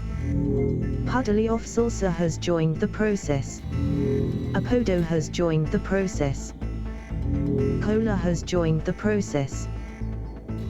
Shadowmane has joined the process. Crossmole has joined the process. FLYB0Y1 has joined the process. Vertigo has joined the process. Target 01 has joined the process. Pyro has joined the process. Bungle has joined the process. Shapes has joined the process. You will face 11 multiple choice questions. Answer on your devices. 1 player who answers incorrectly will be eliminated at random. In the event all players are correct, everybody is up for elimination. I have decided that it is far more fun for me if you don't know your fate until after it has happened. Therefore, I will not tell you the answer, nor whether you were correct until after elimination has taken place. Isn't this fun? For every correct answer, you will receive 50 pennies.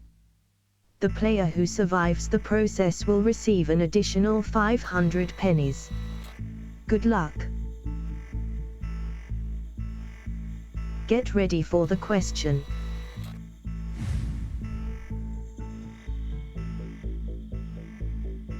"10 seconds. 5 seconds.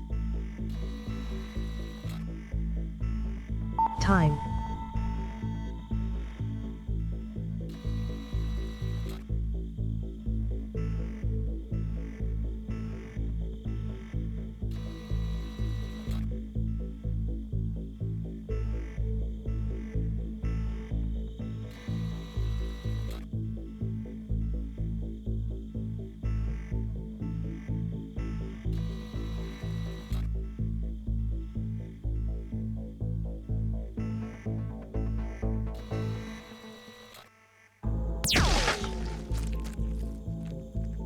The correct answer was pancakes. 1 out of 12 players were incorrect. This process can really take it out of you. FLYB0Y1 knows that for sure.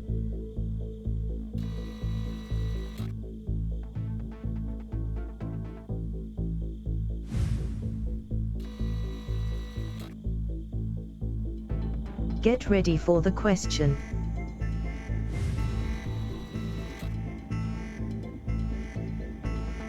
Ten seconds. 5 seconds. Time.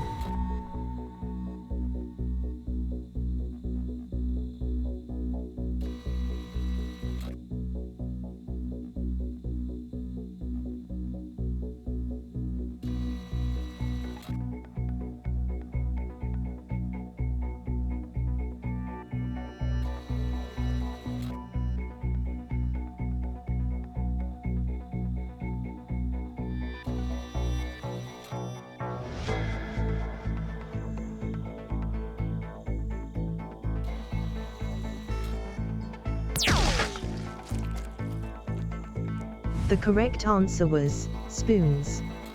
All 11 players were correct. It's nothing personal, cola.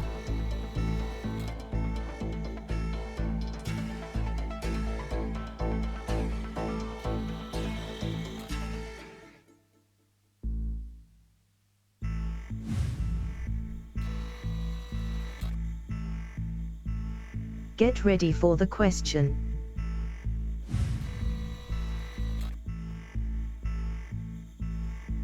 Ten seconds. 5 seconds. Time.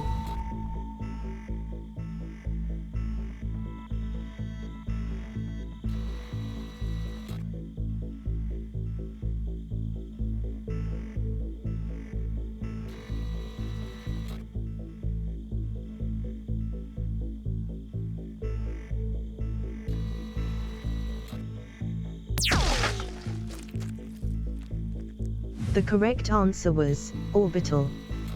All 10 players were correct. Shapes is now in a better place.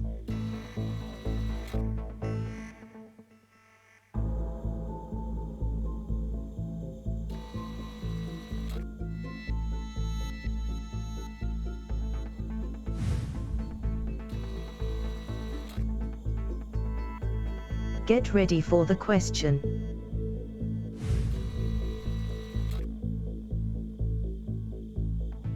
Ten seconds. 5 seconds. Time.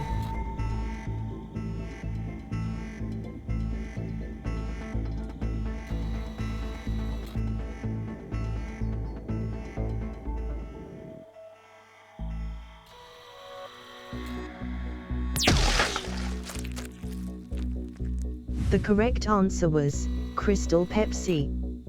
All 9 players were correct. On the plus side, it was quick, vertigo.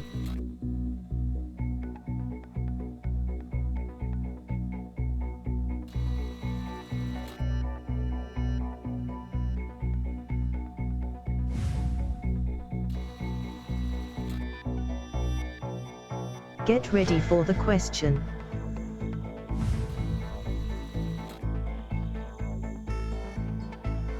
Ten seconds. 5 seconds. Time.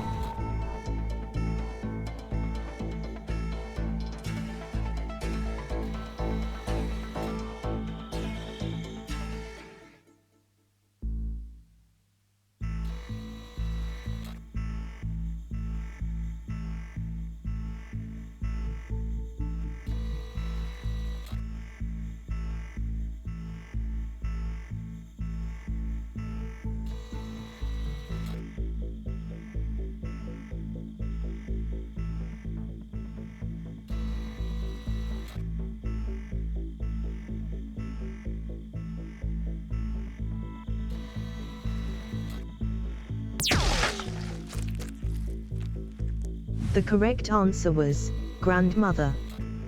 2 out of 8 players were incorrect. Thank you, Bungle, for volunteering to test the targeting system. You will be pleased to know that it still works.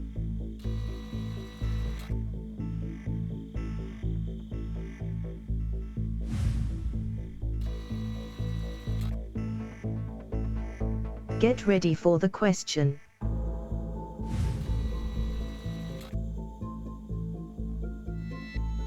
Ten seconds.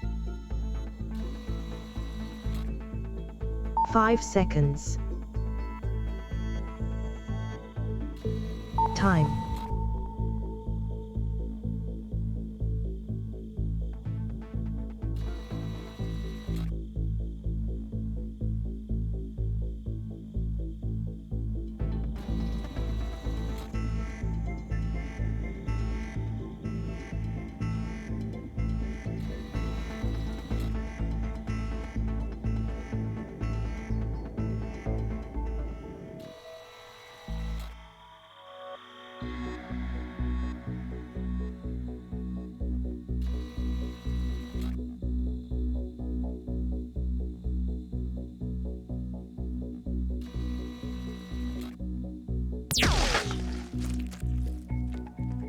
The correct answer was Simon Ferocious. 1 out of 7 players were incorrect. So that's what Crossmole would look like if they were turned inside out. Good to know.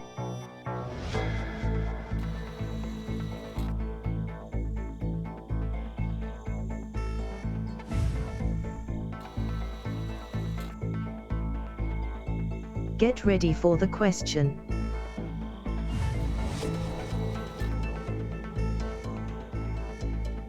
Ten seconds.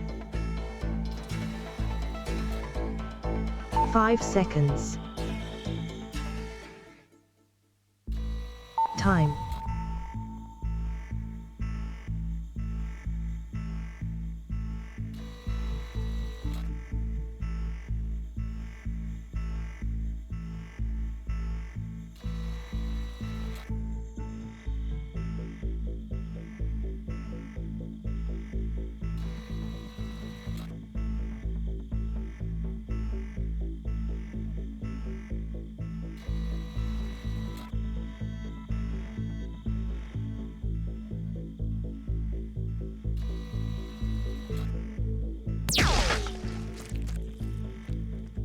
The correct answer was Northanger Abbey.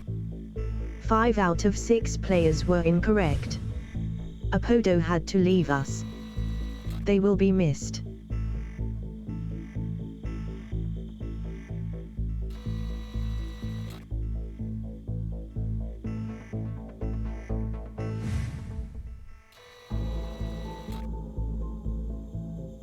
Get ready for the question.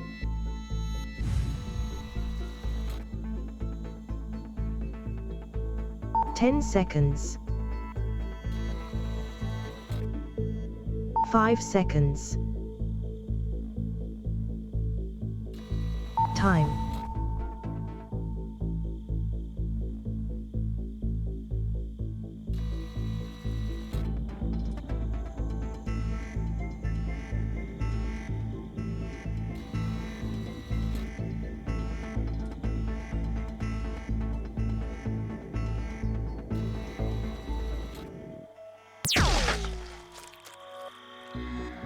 The correct answer was Signal. 3 out of 5 players were incorrect. The experimental reduction to atoms program was a complete success. Please enjoy the experience, Target 01.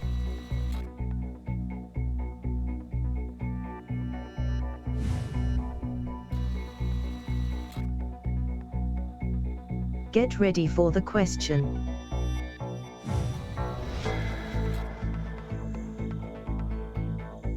Ten seconds. 5 seconds.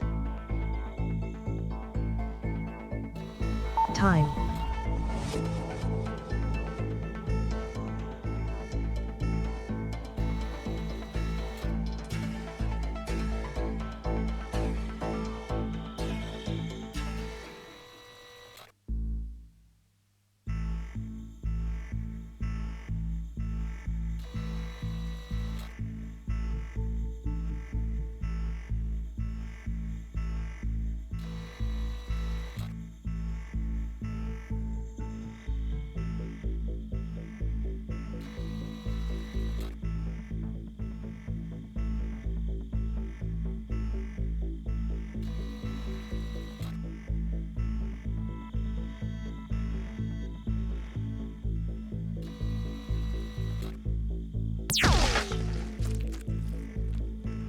The correct answer was Helch.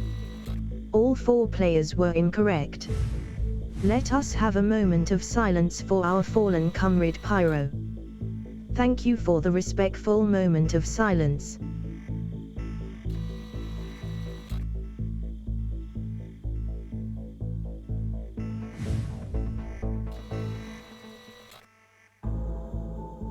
Get ready for the question.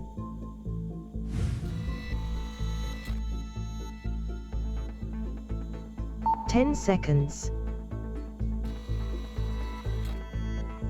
5 seconds. Time.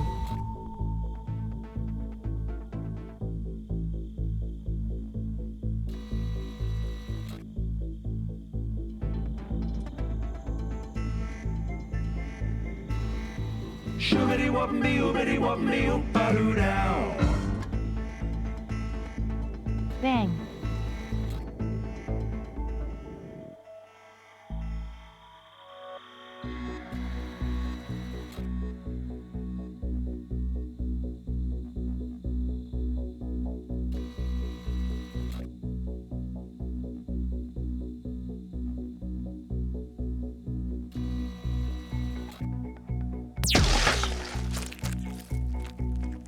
The correct answer was Edgar Allan Poe. 1 out of 3 players were incorrect. I fear that will leave a permanent mark, Shadowmane. What a shame. What a shame.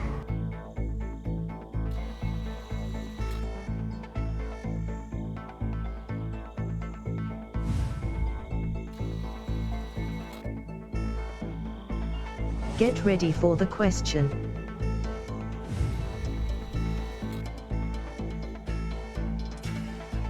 Ten seconds. 5 seconds. Time.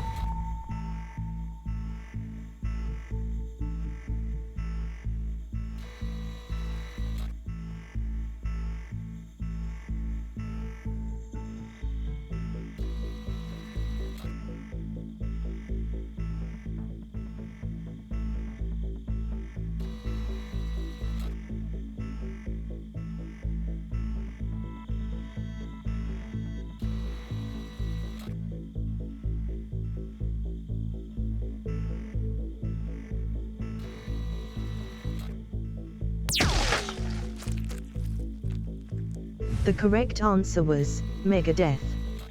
All 2 players were incorrect. It turns out safety mode was disengaged. Apologies for the confusion, Samsmza.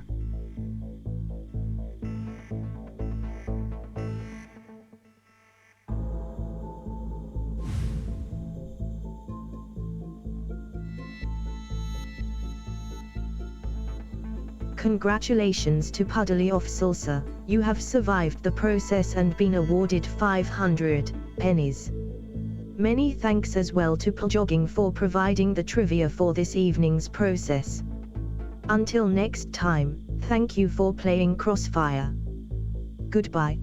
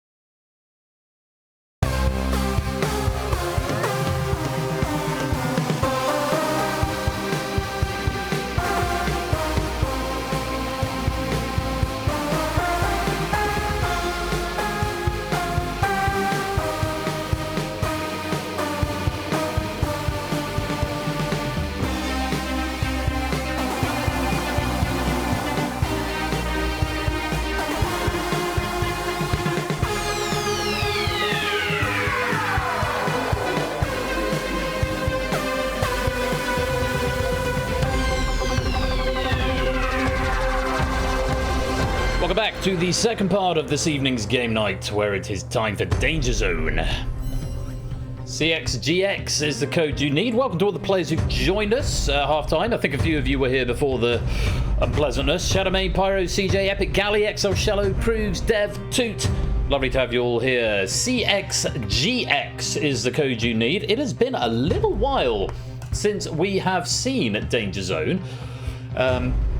It looks slightly misproportioned, but it's in the same window that it normally is. That font looks a bit small. It should go slightly further to the edges, I feel. Anyway, do come and join the game. This pack has been written by JR Plays Games. It's been proofed by Stimson's Angle. I hope you're looking forward to it. While you come and join, let me do some continuity real quick.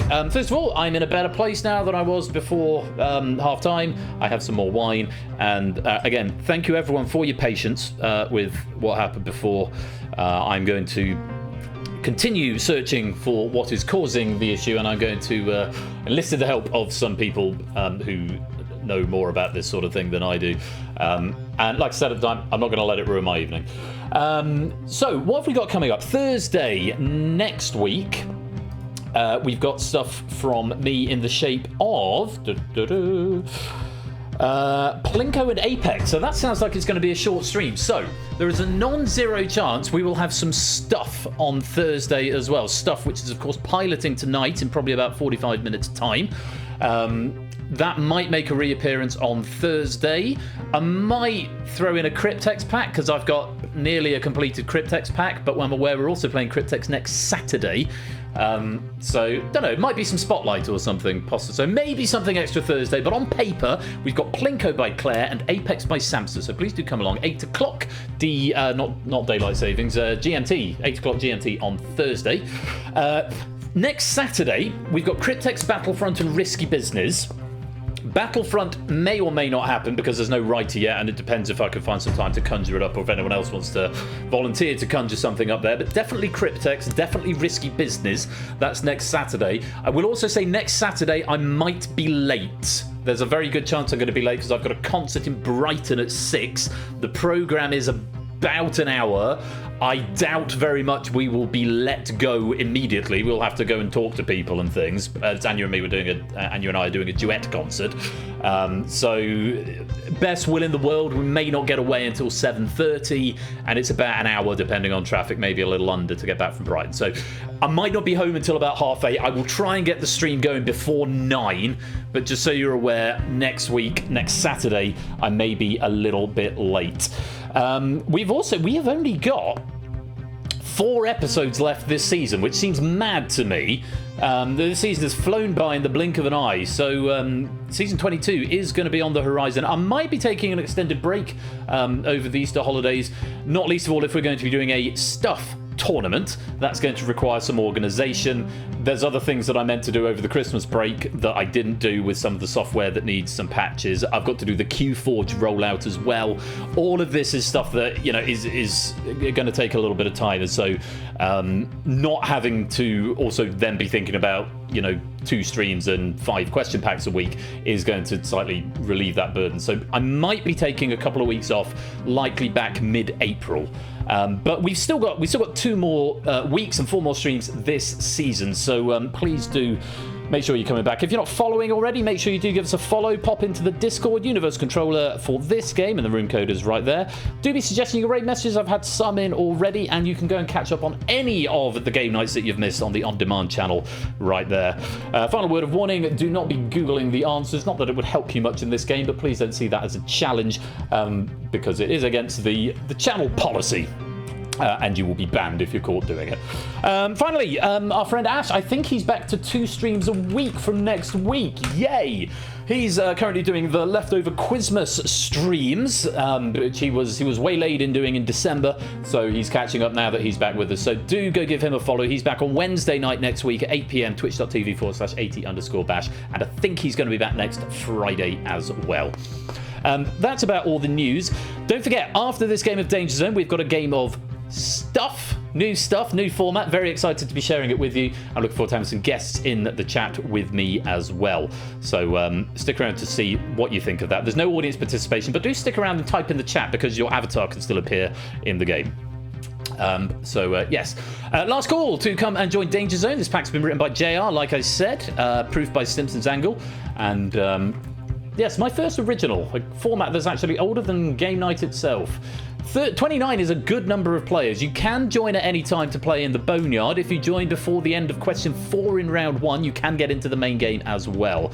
Quick recap of the rules. There's 5 questions per round, and you get points, more points if you answer quicker, and you get points equal to the number of players still in the live games. If you've ever played Kahoot, it's that sort of scoring system. You get 2 helps in each round, but you can only use one of them. You can choose which one it is, either nerfing the question for a predefined flat rate of points, or you can multiply to double the points that you would have otherwise got. Bear in mind, if you're multiplying a wrong answer, you get no points. Sometimes playing a nerf can be more valuable than playing a multiplier. If, for example, you think everyone's going to get it right and you're answering quite late, sometimes a nerf will give you more points than a multiplier. So, yes, Kahoot, but with electrocution. There's a lot of death tonight, isn't there? Actually, yes, we did say at the beginning, the first penny message contains graphic violence, strong bloody violence. We've had Crossfire, and now we're going to have electrocutions, which is all very exciting. Right, I'm going to award these pennies that have been requested. Matt's just going for cash. He's taking the safe route for 1,000 pennies. There you go, Matt. And Stimpson is going for a lottery. Veal success. Here's what you could have won, Matt. You feel like a right nitwit right now, don't you, Matt the ref? Because you came in first. You would have had the first one. 6,773 pennies going to Stimpson's Angle with the lottery right there.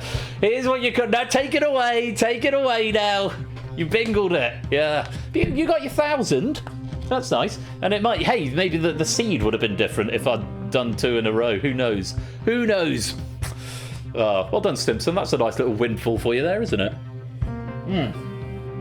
So, I think that's enough yakety yak. 29 players in the game. Let's lock the lobby. And I say this pack has been written by JR and proofed by Stimpson's Angle. 5 rounds. Let's look at our first. Night is the name of the category, and also because it's mandatory. Highway to the danger zone. I thank you. 5 questions in this round. Multiplying doubles your points. Nerfing will get you 14 points after the number of players rounded down. And you can use either help once, but not both. Please don't bleat at me after question 4 saying, I couldn't multiply when you nerfed on question 2. You will get them back at the end of the next round if you survive, but if you go into the Boneyard, then you don't get any helps at all. So use them or lose them, as ever is the nature of the game, because they don't stack, so to speak. So if you get to question 5 and you haven't used it, you might as well use one or the other. So round 1 is night 5, night-related questions. Good luck. Well, here's question number 1. Let's play DangerZone. You only hacked just in the nick of time. Here's your first question. In Arthurian legend, which knight is also known for his battle against the Green Knight? Sir Bors, Sir Lancelot, Sir Gawain, Sir Bedivere.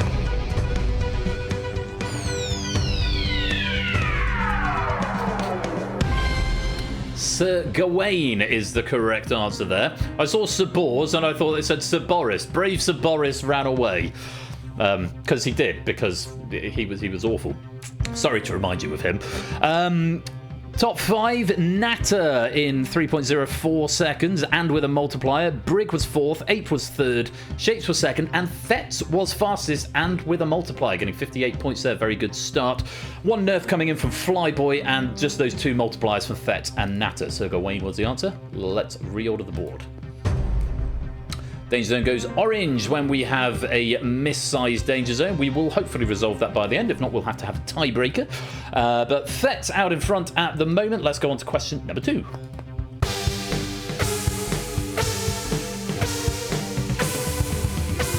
In the original 1982 series of Knight Rider, which model of car was modified to portray Kit? Toyota Camry, Lotus Excel, Ford Capri, Pontiac Firebird. I'm going to turn the audio down in my head. It's a bit loud in my headphones. It's Pontiac Firebird was the answer. Clive was fastest, Woollyback was 2nd, Shadowmane 3rd, Natter was 4th, Giesens was 5th, and with a multiplier, picking up 52 points there. Nerfs coming in from Vertigo, Matt, and Dev, and 4 multipliers, Giesens, Stilgar, Conradlak, and Shello, all of them on correct answers. Well played, let's reorder the board. Still got a de facto Danger Zone, so we've got 4 players on 14, 3 of them on that last question nerfing. Let's see if we can resolve it as we go to question number 3.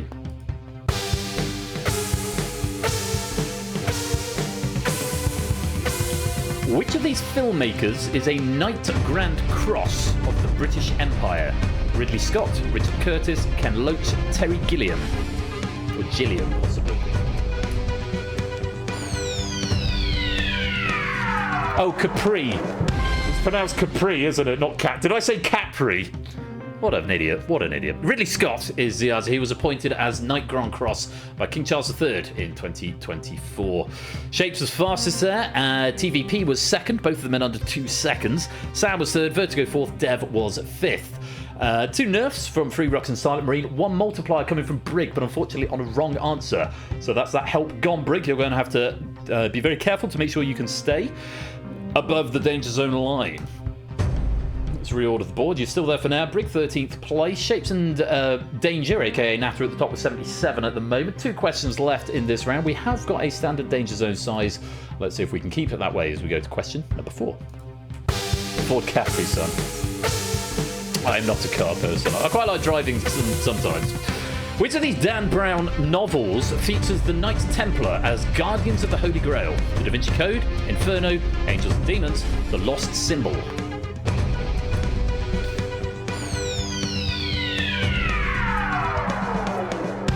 Very charitable to use the word novel there. We use it in the loosest sense of the way. It is the Da Vinci Code, which is just total arse gravy. It is toilet water of the worst kind. I have read 2.5 of those books. To be fair, for all my naysaying of the Da Vinci Code, they are very good holiday fodder, the Dan Brown books. They're very easy to pick up and read. You get a mystery. A chapter only lasts for about 4.5 minutes, and then you can go back to the bar. So, I mean, it's not exactly high-class literature, but and it's quite fun to make fun of them. It's like Nickelback. I think Dan Brown is the Nickelback of the literary world. I think that is probably a fair statement. And if someone doesn't put that as a raid message, then you're missing an opportunity. Vertigo was fastest there. AB Me 2nd and with a multiplier. Woollyback 3rd. CJ was 4th with a multiplier. And Giesens was 5th. This is the 1 nerf coming in from Yoniak there. And 4 multipliers. AB Me, Pyro, Jack, and CJ. All of them on correct answers. Very well played. One more question in this round. Look at this book! Dan Brown of the Nickelback world. Yeah, you didn't quite get it right, Vertigo. So I can't. Lewis has got that. Dan Brown is the Nickelback of the literary world, is what I said. So Lewis is just going to sneak ahead. But I also like 8 Minkies. Look at this book! One more question. Marcini, Colin, Oni, Matt, Yoniak, and Bungle, you are currently in the danger zone. 4 of you have got a help available. Use it or lose it. Try and use it to get out of the danger zone. There is a bit of a gap between Marcini and Dev at the moment, who does not have a multiplier, but a right answer and a multiplier maybe could get you out of trouble. Let's go on to question number 5 on night. Take a look.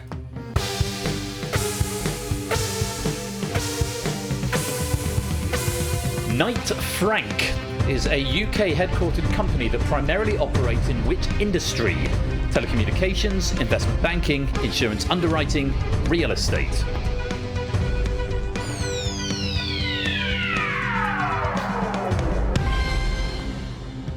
Real estate. I have to say it's not one I've ever heard of. I'm assuming it's a business thing. Not many players getting that. Dev was fastest. ABME second, Oni was third and with a multiplier. That should be good enough to get you out of the danger zone. Vertigo was fourth and Flyboy was fifth. There are a lot of nerfs coming in there. Shadowmane, Bungle, Woollyback, Ape, Sam and Pruse all taking the flat rate of 14. 5 multipliers, Colin and Oni on correct answers. And again, Colin, that should be enough to get you out of the danger zone. TVP, Clive and Shapes all multiplying on wrong answers. Looks like all but Marcini were safe anyway there, but Marcini, I fear your fate is sealed. Bungle, are those 14 points going to be enough to get you out of the danger zone? Let's find out as we reorder the board. Regrettably not. And Cola and Brig fall into the danger zone after that question as we come to the end of the round. Press the ×2 button, Free Ruckus. There's a ×2 button next to the answers. So it's like answer and then ×2. Press the ×2 bit. I don't know why I'm typing it just in case you can't hear me. But yeah, there you go. So Sam finishes at the top with 110. ABME in second with 109. And Shapes in third with 101. You three will get a little boost going into round 2. And you'll be joined there by Vertigo, Natter, G-Izens, Woollyback, Free Ruckus, Jack, Oni, Stilgar, Clive, Colin, CJ, Flyboy, Dev, Shello, Ape, Conrad, Shadow, Pyro, Silent Fetz, and by the skin of his teeth, Proogs, all of whose scores will be reset to 0. Only 1 help unused. It is Cola's tradition not to use his helps. I know he does like to play in the Boneyard game and see how many crowns he can take out of that. And of course, once you are eliminated, there is the Boneyard game. There is still a medal available and pennies, of course, and the joy of doing quiz. So please do stick around if you end up in there. But unfortunately, Cola, Brig, Marcini, Bungle, Matt, and Yoni Yak. It is the end of the round. You are in the danger zone, which means we have to say goodbye. The official luckiest bus. Was that a guess at the end, Oni? It's a good one. Pop, off they go. Rip. What a shame. What a shame. Cola has got the crown at the moment with 3 correct answers. Dev, Proogs, you're actually not in the danger zone at the moment, but you are sort of the lowest scorer. You were in the lowest position. You don't want to stay in that danger zone because we've got 6 places in it in the next round. Sam started with 12, ABME with 8, Shapes with 6. Let's play on round 2. On to the Bishop next. 5 questions in this round. Multiply is going to double your points. And nerfing is going to give you a flat rate of 12 this round. Remember, you can use either help once, but you cannot use both. They don't stack, so use them or lose them because you get them back next round if you survive. So, we've had Knight, and now it's time for Bishop. Let's see what you make of this. Sam, ABME, and Shapes with that small advantage. Let's see if they can capitalise on it. Good luck. It's a Knight. No, it's not. It's a round all about Bishop. Let's play Danger Zone.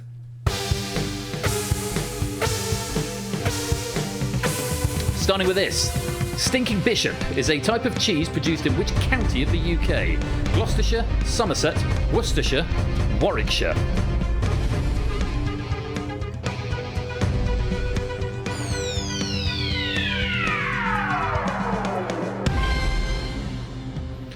Gloucestershire is the answer. It's made from the milk of old Gloucester cattle. Woollyback was fastest, Shapes was second, Shadow was third, ABME fourth, CJ was fifth. 2 nerfs coming in there, still got a free ruckus for the free 12 points. Let's reorder the board. Yikes, that's a big old danger zone. Let's see if we can break that tie. Notably, everyone there has still got their help available and there's still 4 questions to go. But remember, being in the danger zone at any time can massively impact your score in the end game if you get there. So, let's see if you can get out of the danger zone on our next question. Take a look at this.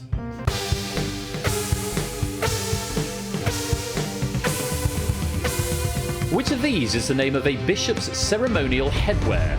Chasuble, Dalmatic, Crozier, Mitre.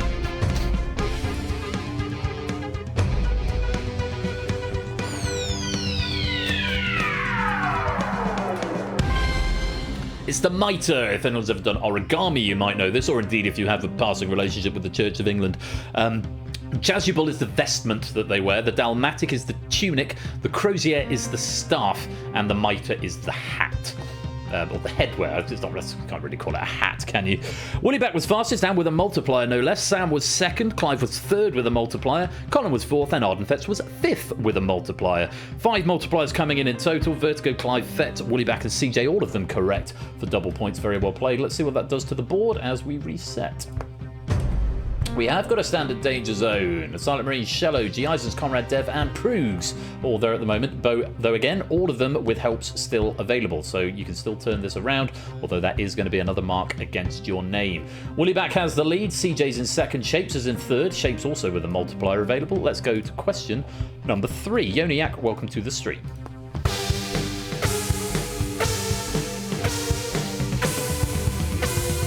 John Bishop played Dan Lewis in which TV series? Doctor Who, EastEnders, The Thick of It, Peaky Blinders.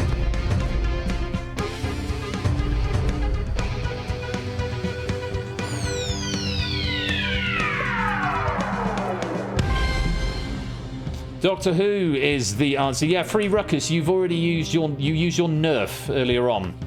And as I've said several times, you can use one but not both. Once you've used the nerf, you can't use the multiplier. Use the multiplier but not the nerf. Okay, it does say that at the front of every round, and I think I say it at the start of every round, so give us...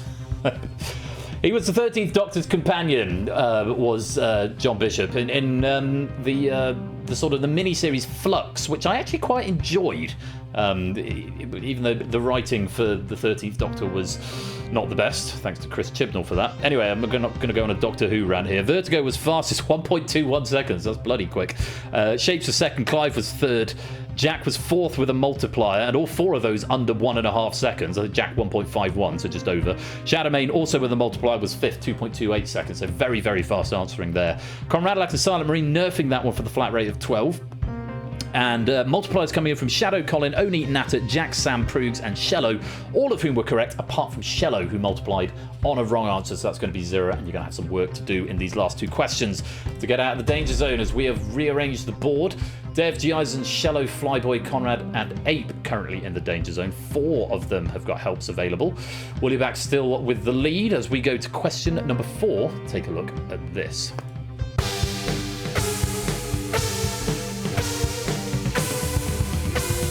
Which of these would be most likely to use a bishop score? Composer, doctor, librarian, architect.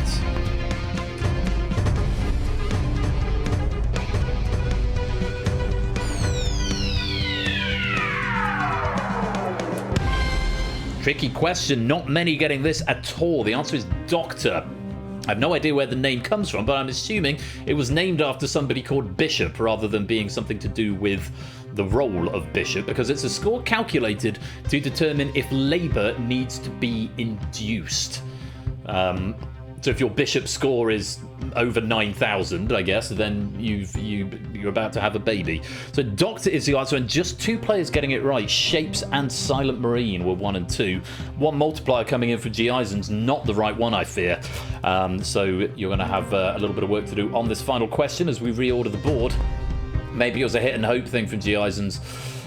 Possibly. I mean, a nerf still wouldn't have got you out of the danger zone with 12. But we've got 1 question left. Let's see what you can do with this. Ape, Flyboy, Dev, you have got help still available. Use them or lose them. You might want to use them to try and get out of the danger zone at this point. It is the final question.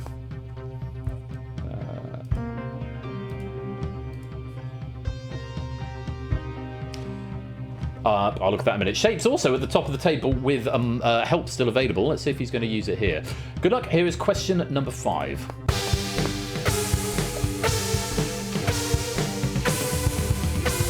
Which of these bishops has won the Nobel Peace Prize? Rowan Williams, Oscar Romero, Desmond Tutu, Helder Camara.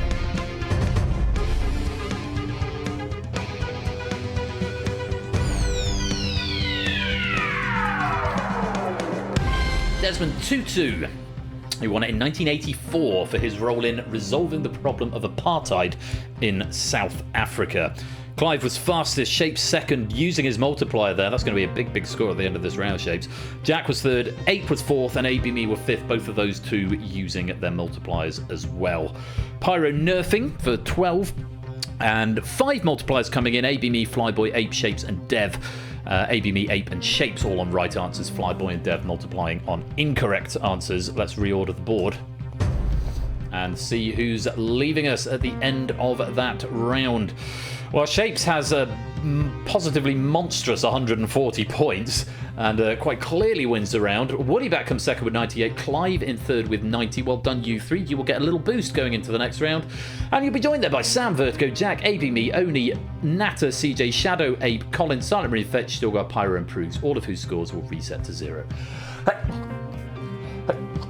Sorry, I was determined to get through you all before I sneezed.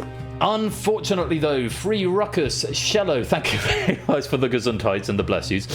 Free Ruckus, Shello, Conrad, G. Idens, Flyboy, and Dev not to be on this occasion. Thank you very much for playing, but it is the end of the round. You are in the danger zone, which means we have to say goodbye.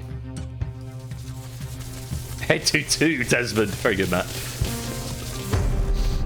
Free Ruckus takes a joint crown with Cola, both of them with 6 points apiece. Colin, I've just seen your thing in suggestions. I don't know why I've got suggestions open. That's my bad, but because they distract me. I should have DMs open.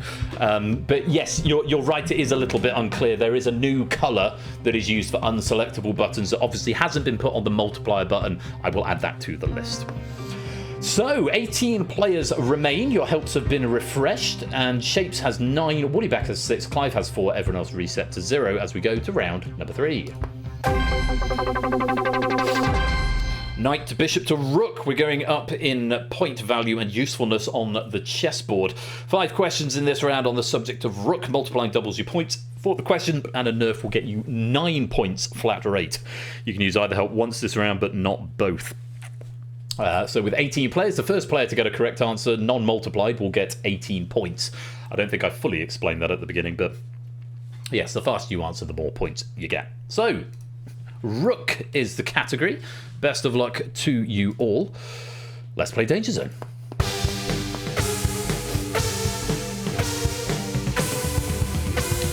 Where would you find Montez Rook? On the western limb of the moon, in the south of Alaska, in the north of the Atlantic Ocean, or on the eastern ridge of the Himalayas?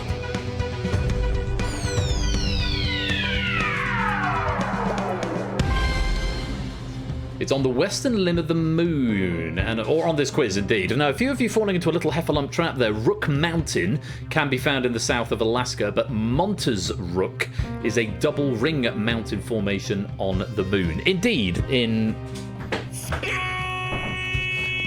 space.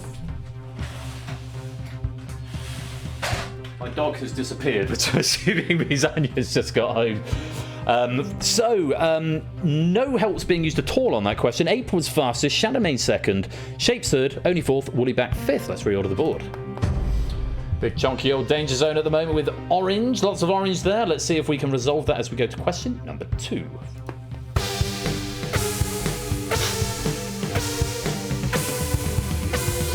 Where would you find a rook piercing? Ear, belly button, nose, or lip?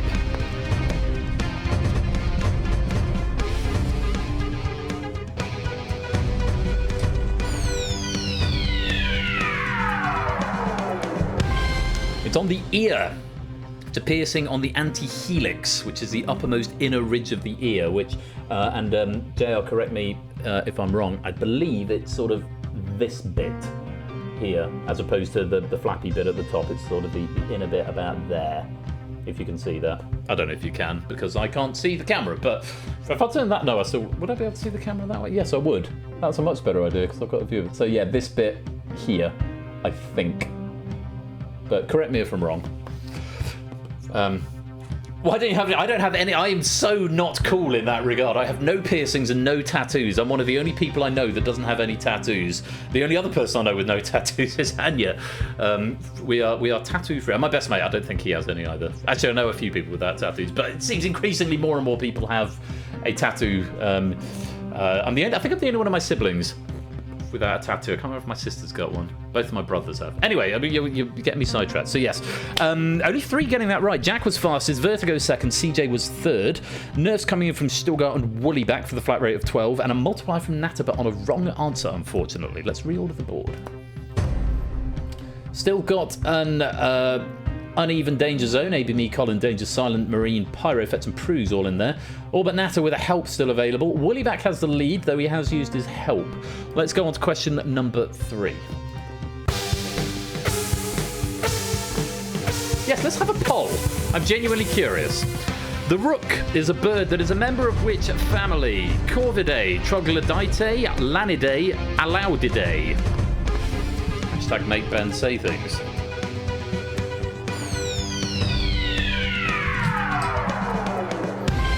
Moderately easier question there. Corvidae is the answer. Lanidae are shrikes, Alaudidae are larks, and Troglodytidae are wrens, which I didn't know. That's a wonderful piece of it. Troglodytidae. Although I thought troglodyte was something that was old-fashioned and out of use. Top 5, all of them multiplying apart from the fastest, who was Clive, 1.24 seconds. Clive, very fast indeed for 18 points. Rest of the top 5 all multiplying. Sam in second, Shapes in third, Shadowmane in fourth, and Fetz in fifth. Other multipliers, Shadowmane, Vertigo, Fetz, Pyro, only Sam, Prugs, and Shapes all multiplying on a correct answer there. And Silent Marine going for the nerf for the flat rate of 9. Let's reorder the board. Da-da-da-da-da. I hate that piece of music. I hate it less so for the music itself and more for what it represents. I just associate it with Brexit intrinsically. For reasons I'll get into another time. Prug, still got Silent Marine, Colin, ABME, and Natter. You are in the Danger Zone. Colin and ABME still with a help available. Handful of help still above the Danger Zone line. Clive, CJ, Jack, and Ape. Shapes currently with a lead of 57. Let's go on to question number 4.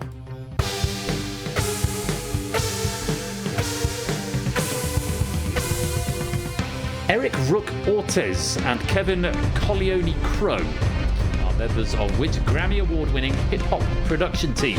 Trackmasters, Justice League, 808 Mafia, The Neptunes.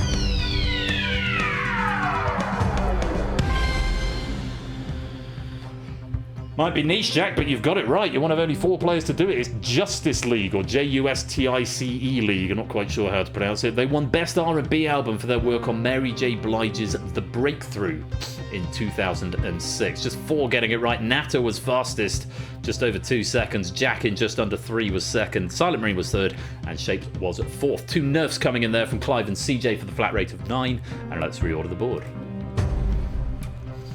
So, with 1 question to go, Pyro, Danger, aka Natter, Pruge, Stilgar, Colin, and ABME, you are all in the Danger Zone. Colin and ABME with a help still available. Ape and Jack above the Danger Zone line with a help available.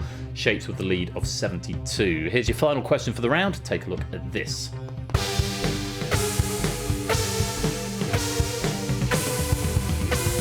The Rook Islands are a fictional archipelago in which video game franchise? Tomb Raider, Far Cry, Metal Gear Solid, or Animal Crossing?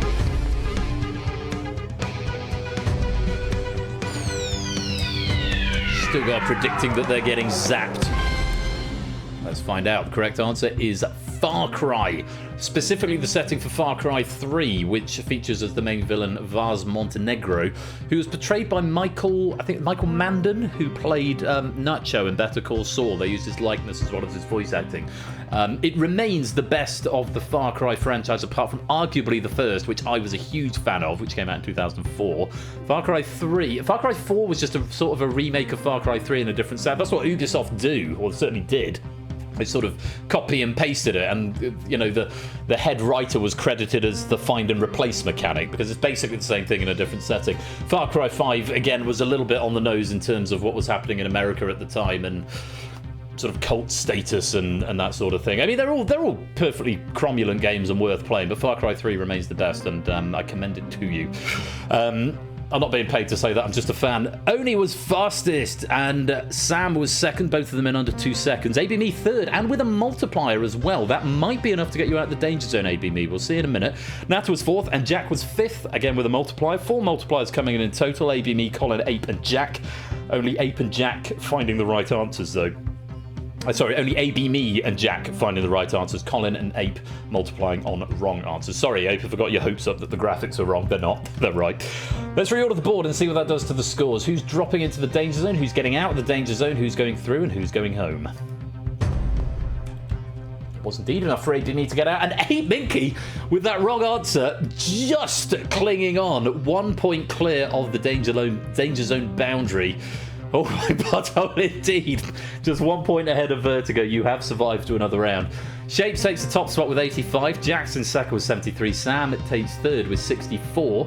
You three will get a little boost going into round 4, and you'll be joined there by Oni, Shadow, Clive, Woollyback, Fetz, Natter, AB Me, CJ, and just 8 Minky, all of whose scores would be reset to 0.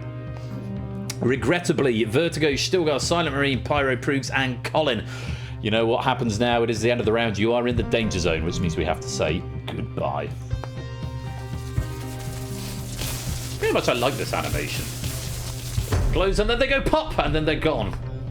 It's kind of fun. I like that. Got to have some whimsy in life, haven't we? Let's take a look at the boneyard. Cello is leading with 10 questions correct out of 15 thus far. Colo and Vertigo tied up in second with 9. Colo, I know, is going to be chasing that crown. Colo does love a boneyard crown. Let's see if they can change the standings as we move forward. We're going to lose half the players in the next round. We've got 12 spots in the main game. 6 will be lost and 6 will go into the final. Shapes, Jack and Sam with a very small advantage coming into this round, which is on Queen. A moderate amount of whimsy, indeed so. Queen. So we've gone through the progression of the pieces. Knight, Bishop, Rook, and now Queen. 5 questions again in this round. And a multiplier is going to double your points if you give me a right answer. Well, double your points if you give me a wrong answer, but double 0 is still 0. Nerfing's going to get you 6 points flat rate in this round. Could be critical, but with half the players going out, there's all to play for. And a reminder, you can use either help once, but not both. Unless you're in the danger zone, in which case you can't use either. Alexander the Huh. Welcome to the stream, first time chat. Lovely to have you here. If you want to join in with the game in the Boneyard, you can join in with the Universal Controller right there and the room code, which is on the screen at the top, and I've just put in the chat. Lovely to have you here. Welcome on in. So, Shapes, Jack, Sam, Woollyback, Oni, Clive, Natter, AB Me, CJ, Shadow, Ape, and Fetz. Very best of luck to you all. It's a round all about Queen. Let's play Danger Zone. Oh, I love this question to start. Which of these actresses did not play Queen Elizabeth II in the Netflix series The Crown? Helena Bonham Carter, Imelda Staunton, Olivia Colman, Claire Foy.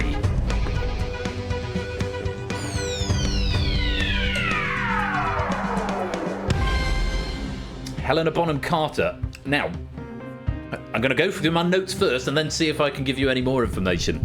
Foy, Claire Foy, seasons 1 to 2, and she featured in seasons 4 and 6 and was a guest in season 5, played the young version of the Queen. Olivia Colman in seasons 3 to 4 and featured in season 6. She played the sort of middle-aged version of the Queen. And Imelda Staunton in seasons 5 and 6. It's in my notes. I was going to try and be impressive.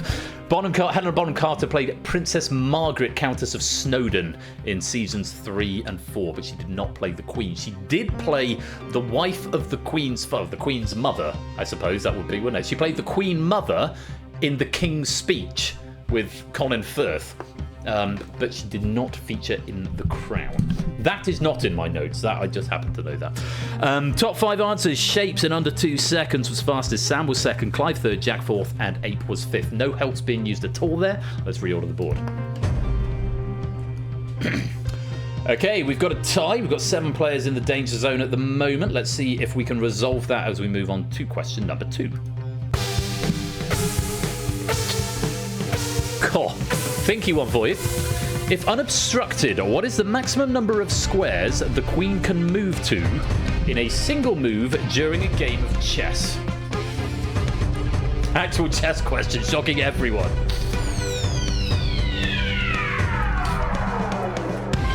It's a little bit confusing, so I will talk you through it. The answer is 27.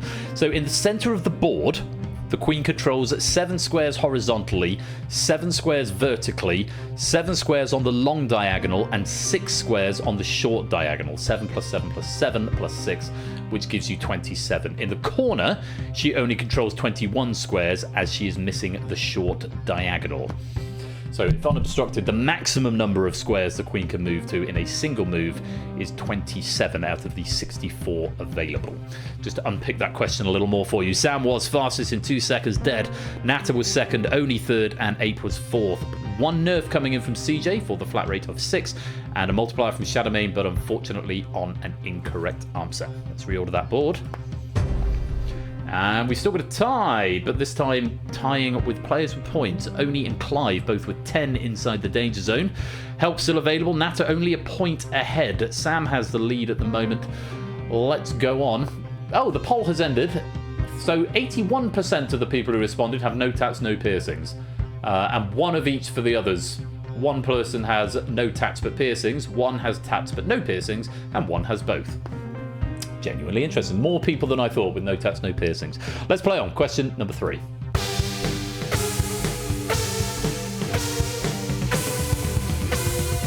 In Australia, how many of the states are larger than Queensland by area? 1, 0, 3 or 2?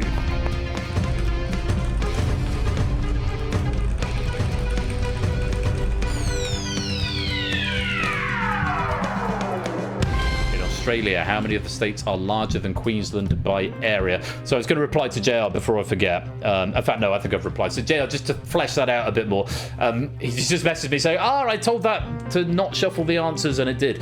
That's because in QForge, it gives you the option to set shuffle or don't shuffle, but the logic inside the graphics doesn't actually recognize that yet. It will be being built in, but isn't there yet. It's on the list, so no drama, no foul. 1 is the answer, incidentally. Queensland is larger than all but 16 countries in the world. It's a big, big state. Only Western Australia is larger. It's 2.5 million kilometres versus 1.7 million kilometres, and there's probably about 5 people who live there.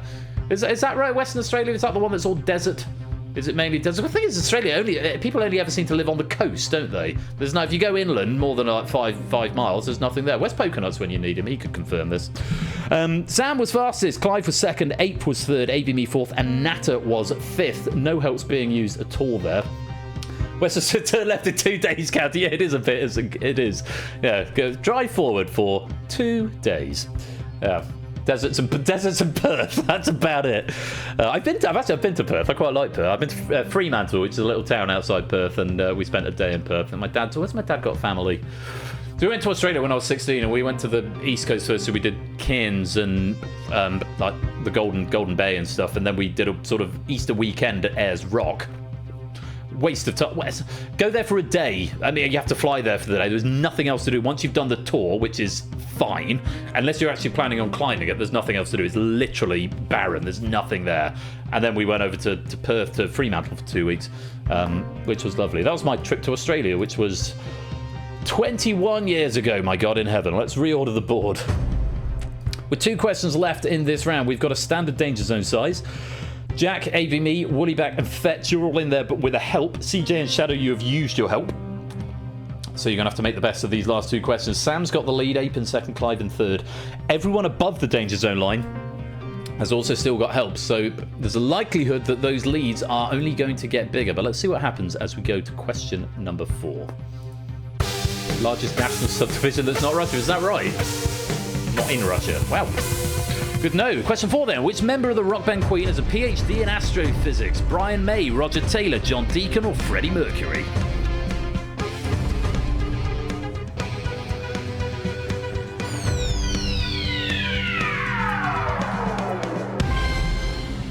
Relatively straightforward there. Brian May, who's often doing, I think I've seen him on space programs with Dara O'Brien and... Oh no, that's Brian Cox I'm thinking of. Yeah, his thesis was a survey of radial velocities in the zodiacal dust cloud, which was published in 2008.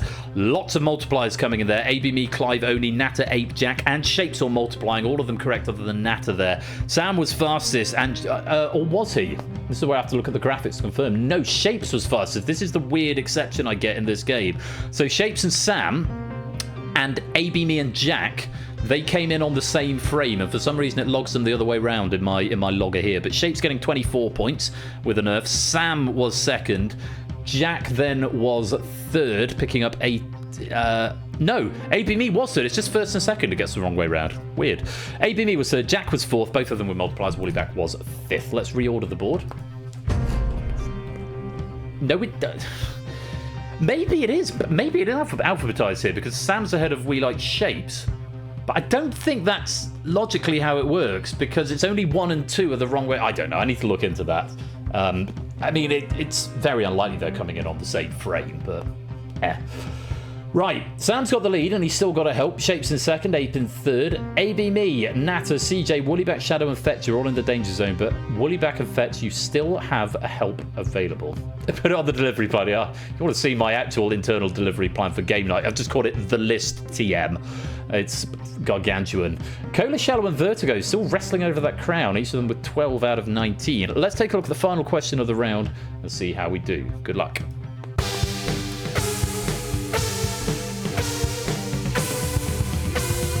The Queen of Spades is an opera by which composer? Piotr Tchaikovsky, Dmitri Shostakovich, George Frederick Handel, or Richard Strauss?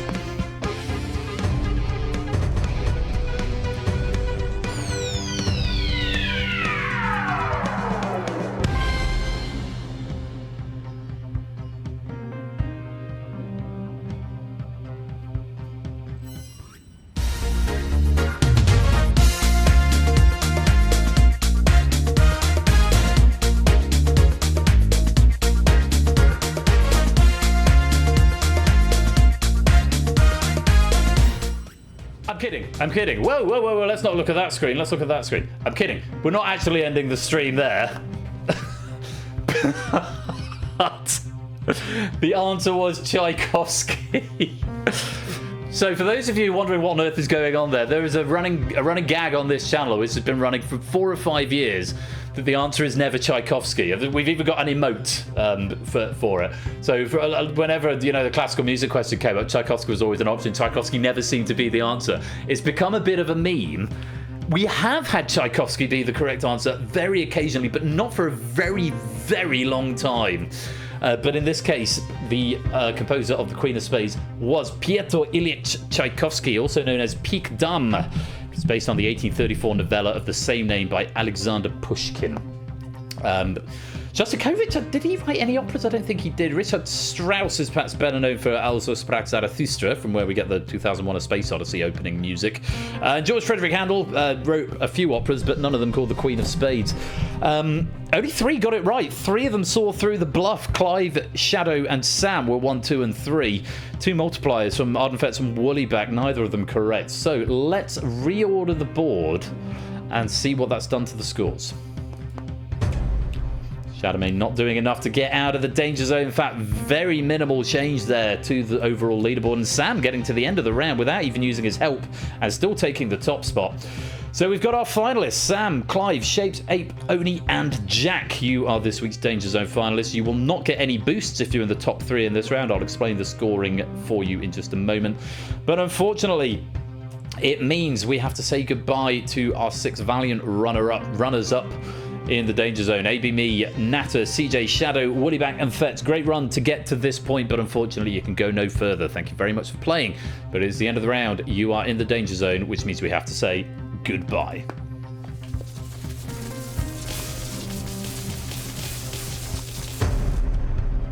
Cola hanging on to his crown, 13 out of 20. And we've got our 6 finalists. Let's go to the final round. It's King. Normally the final round is general knowledge, but we have changed it to King. We'll have to wait and see if the questions are indeed still general knowledge. No helps in this round. We've got 5 questions. Multipliers and nerfs are inactive, so no helps. Live players are now going to start with a score equal to their total correct answers minus their total danger zone appearances. So the better you've done, the more questions you've gotten right, the better you're likely to do. But that's why it's been a bad idea to get into the danger zone at any point, because even being in the danger zone can damage your position later on. We can see Sam and Shape start with 15. Clive has 10. Jack has 9. Oni and Ape both have 7. And with a potential 6 points available per question, there's 30 points up for grabs in this round. So there's not a lot in it. And Oni and Ape could get up to the very top of the board. Not quite the very top, but near the top on just a single question turnaround. It depends how the players play. So advantage very much with Sam and Shapes, but it is by no means writ large. I wish you all the very best of luck. Let's go to our final round. The subject is King. Let's play Danger Zone.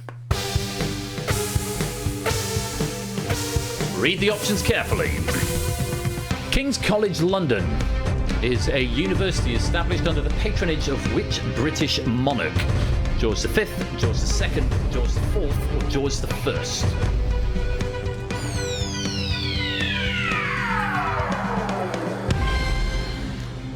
George IV. Was he the one who went mad, or was that George III? I forget. King's College was founded in 1829. Funnily enough, no universities were founded in the 17th or 18th centuries. Oni, the only player in the main game to get that one right, and this is what I meant about the swings. Oni's going to jump right up to second place, or de facto second place at least, because everyone else getting that one wrong. Vertigo is going to tie for a crown in the boneyard with Cola. Let's reorder the board. There we go, third place. So Oni pressing the advantage, or putting the pressure rather, on Sam and Shapes. He's now just 2 points shy with 4 questions to go. Let's go to question number 2. George III was a mad one forward staff. Right you are. To know. Which of these is a recognised colour of Cavalier King Charles Spaniel according to the American Kennel Club? Blenheim, Windsor, Stuart, Balmoral.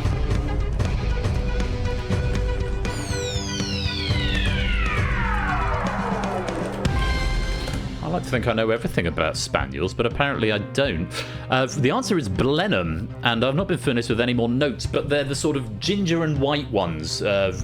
Perhaps the most recognisable of the King Charles Spaniel, Blenheim colour. The other options you've got, according to my quick search here, is Ruby, which I think is all golden, Tricolour, which is what Dexter is, and Black and Tan, which is what Dexter's best friend Otto is. Prey! Welcome on in, my dude, and Raiders.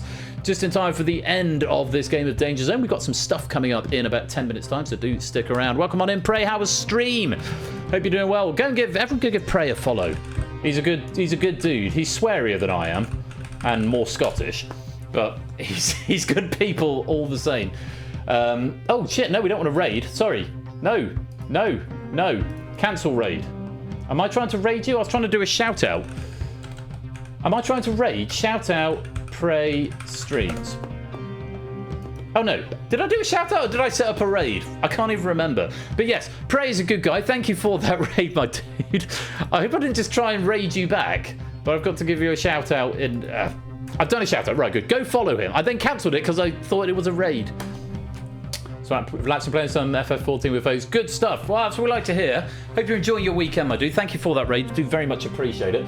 If you're just joining from Prey Stream, I'm Royal Flush. This is Game Night. We play interactive quiz games on Thursday and Saturday nights at 8 PM UK time. You're most welcome to join us. If you want to join in with this game of Danger Zone, you can do that with the Universal Controller right there.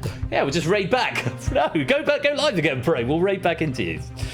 So yes, Blenheim was the answer. Ape was fastest, Shapes was second, Jack was third. Let's reorder the board. And Shapes reasserting his dominance there with 20 points at the top. Sam in second. Oni and Jack and Ape all tied up in third with 13. Clive has 10. Still time to turn it around though as we go to question number 3. Take a look at this.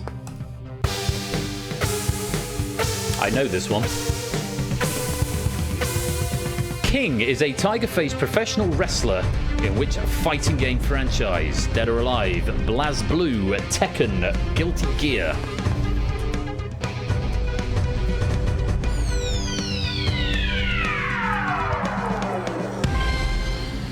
It's Tekken. It's the only one of those that I've played. I think I've probably played Dead or Alive once, maybe twice. I think that's the one that's got volleyball writ large on it. But yeah, Tekken was the first major beat 'em up that I remember playing in the sort of the PlayStation generation of games. Tekken Tag Tournament, Tekken 3. After Virtua Fighter, which was another one. I remember Virtua Fighter, that's going back a while. Which was the first sort of properly 3D beat 'em up, I believe. Most players getting that one right. Clive was fastest, only second. Shapes third. Sam was fourth. Jack was fifth. Let's reorder the board. Clive just moving up the ranks a bit. Shapes still maintaining a full question's worth of advantage here. 24 over 18 and 18. It'll be very interesting if Sam and or Oni are first here and Shapes gets this next one wrong. That is going to make for a very interesting final question. As it stands, Shapes has a very strong advantage at the top of the board, but let's see what happens as we go to question number 4.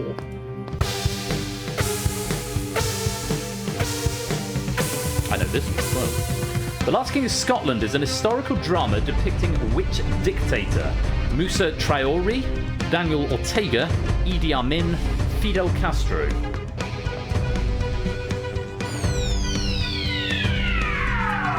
Apparently everyone else knew this one as well.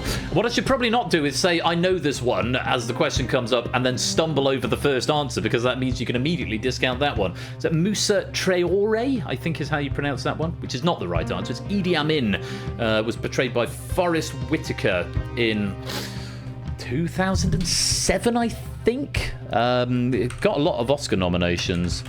Last King of Scotland, 2006. Forrest Whitaker, who portrayed Idi Amin.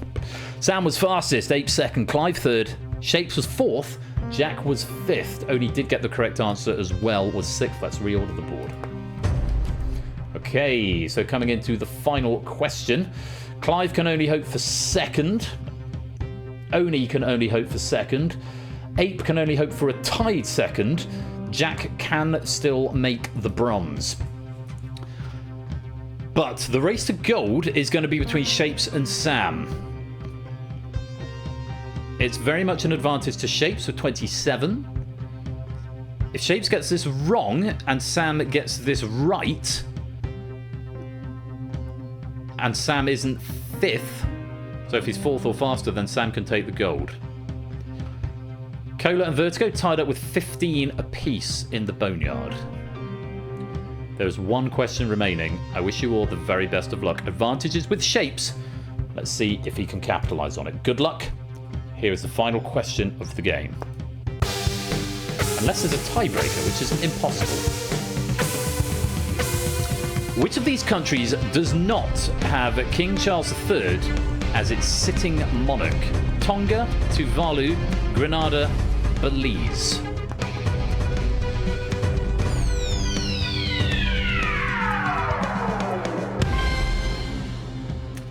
It's Tonga is the answer. And there were only 2 correct answers there, Clive and Jack.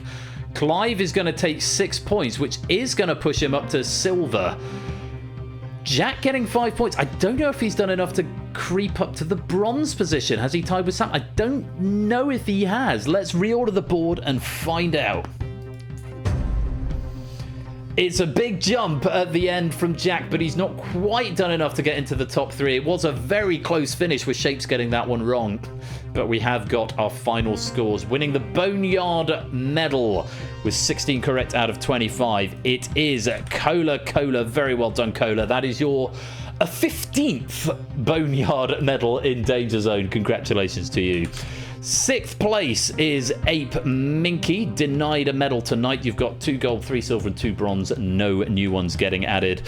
Oni going out in 5th place and Ape with 18 points. Oni in 5th place with 19 points. Has got at least one of each, but no further ones tonight. Going out on the bubble tonight, just missing out on a medal, is Jack Wilfred. That would have been your 6th bronze, Jack. Unfortunately, couldn't quite get there, but very well played all the same, finishing with 22 points. Into our top 3 then. Samster takes the bronze with 24. That is your 9th bronze medal there, Sam. Very well done. Clive with 26 points secures the silver. That is your 4th silver medal in Danger Zone, Clive of Legend. Very well done. But the gold medal, Clive with 26, the gold medal just 1 point clear at the top, 27 points. And getting his 8th Danger Zone gold medal tonight. Your winner and champion is Shapes.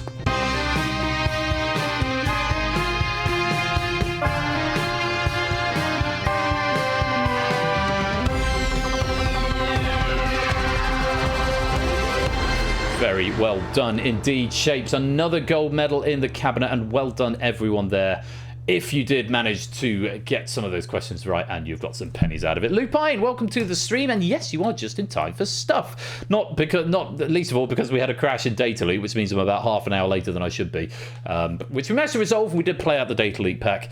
This is despite with the new £3,500 computer sat there blinking innocently at me. Which makes me think it's probably software. Good game all round. Can I extend my thanks to JR Plays Games? What a great pack of DangerZone that was. I love the chess theming, but it not being entirely chess, a chess quiz, but there was a chess question within there along the way. So really, really lovely stuff, and effective use of vetoing the general knowledge category. Normally you have to get special permission to veto that as general knowledge at the end, but I think that worked really nicely with the theme that was going on just gingerly throughout. Many thanks to Stimson Sangle for proofing it as well. Now, friendos, I promise you stuff. We are going to have stuff. I haven't done stuff for a long time because Apex, when we launched that was sort of spontaneous on Christmas Day, and what was the other one? DEF CON was sort of launched upon you without ceremony or warning. This is the first time I've advertised or signposted that we're going to have stuff. I've done a new format. It does not have audience participation, but if you type in the chat, you can come into the build. It is a hot seat only game. I've got 4 of my friends from the community are going to come and join me in a moment. Guys, if you want to make your way to the green room, Lewis is there to do a sound test on you. I will be through in a few minutes' time. I will explain everything about the rules as and when we get there. I'll probably have a little chat with the players as well, just to make sure that they're comfortable. But please do stick around, because the plan is to do a tournament of this in Season 22, which is going to be coming up towards the end of April. So, stuff for the first time in a very, very, very long time. Looking forward to sharing it with you. Please do stick around. I'm going to go say hi to Anya, because she has gotten back, so give me 5 minutes or so. I'm also going to get another glass of wine, as a bit more Dutch courage. And I'm looking forward to sharing some stuff with you.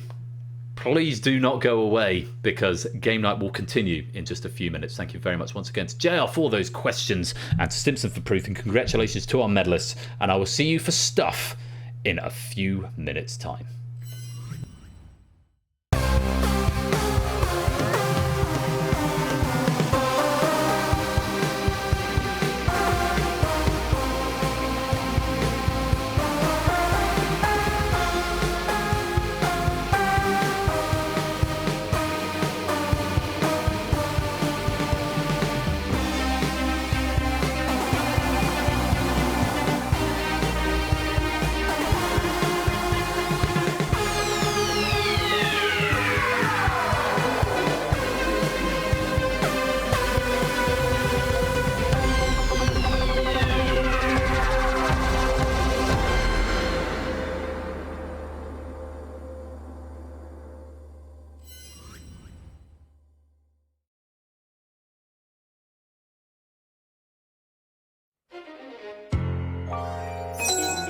Stuff alert for 117 pennies. I'm going to go refill my glass. I'm going to play some adverts, so take this opportunity to grab a quick drink or some more snacks if you need. Pop to the loo real quick, which I'm also going to do.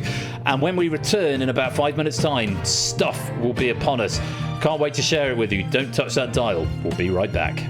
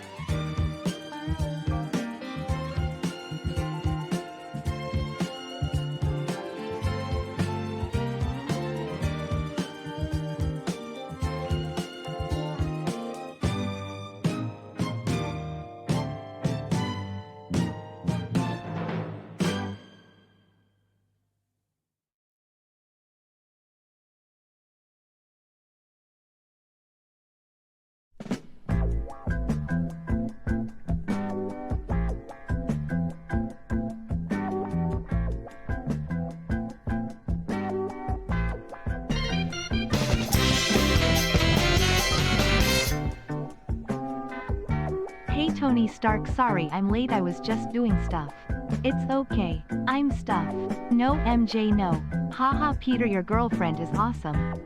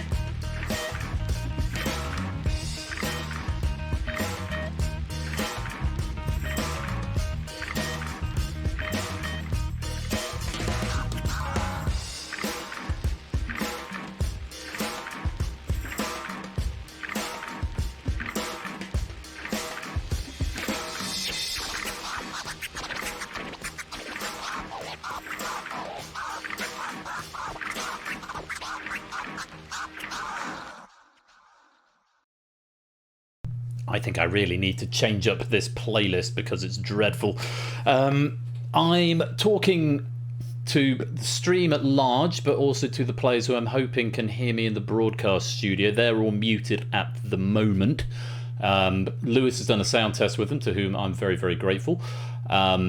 If you guys in the broadcast studio, if you can just mention something in chat if you can hear me, or send me a DM or something. I know broadcast can hear me. I'm just hoping that the guys in the studio in Discord can hear me.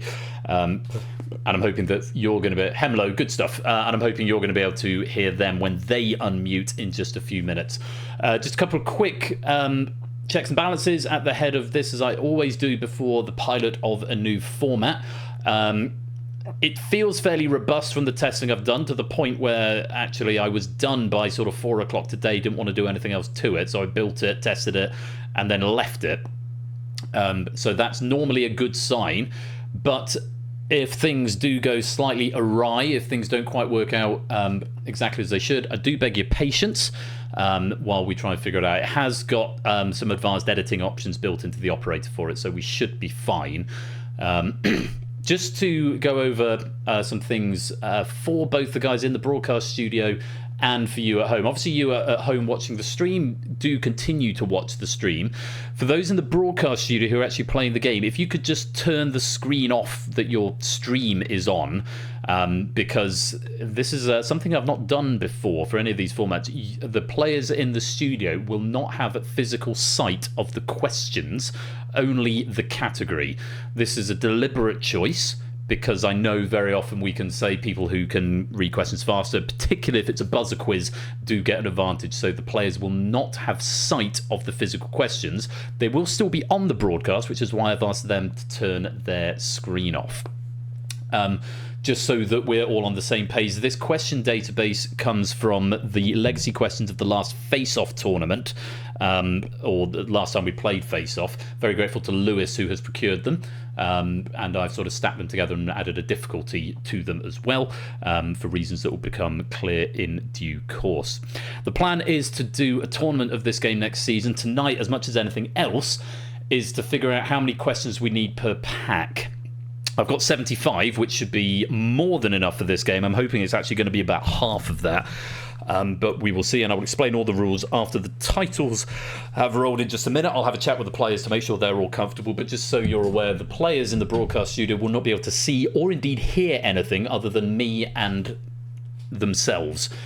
So they're going to have a slightly different experience. Normally they at least get the tension bed, which they're not going to get this time. So we'll see what happens. I'm very much looking forward to sharing this with you, and if, as ever, you do have constructive suggestions, I say Lewis and I have worked on the format a bit, and we're both fairly happy with it. It's undergone some changes, actually, that a couple of the players recommended based on the rules that I shared with them.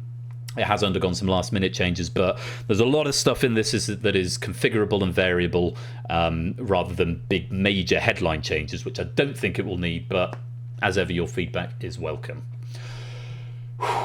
Okay, if you are all ready, sit back, relax, unless you're one of the 4 players in the broadcast studio, in which case sit back and get your Unicons ready.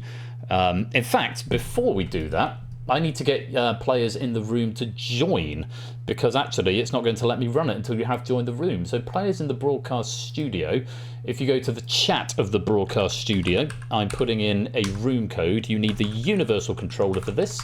Please do go and join that room now. The game will take care of the rest. And once I've seen all 4 of you join, I probably should have done this before I started talking, to be honest. But once I've got all 4 of you in, it's the universal controller, not Hackbox, the universal controller. Oh, you can't see broadcast studio chat. I'll DM you, Dev. I could have just put it... okay, that's my bad. I should have just put it in there, shouldn't I? Oh, that's not it either. Fuck. It's that. What a twat. Me, that is. Okay, 1, 2, 3. We're just waiting on one more. There we go. All 4 are in. Right. For our players, or for our audience at home, hashtag what a twat. I'm also just going to mute alerts for the duration of this game, just so I can fully concentrate. It's really unfortunate you've used your raid suggestion limit there, Bungle, or met your raid suggestion limit. Right. Enjoy. Let's play.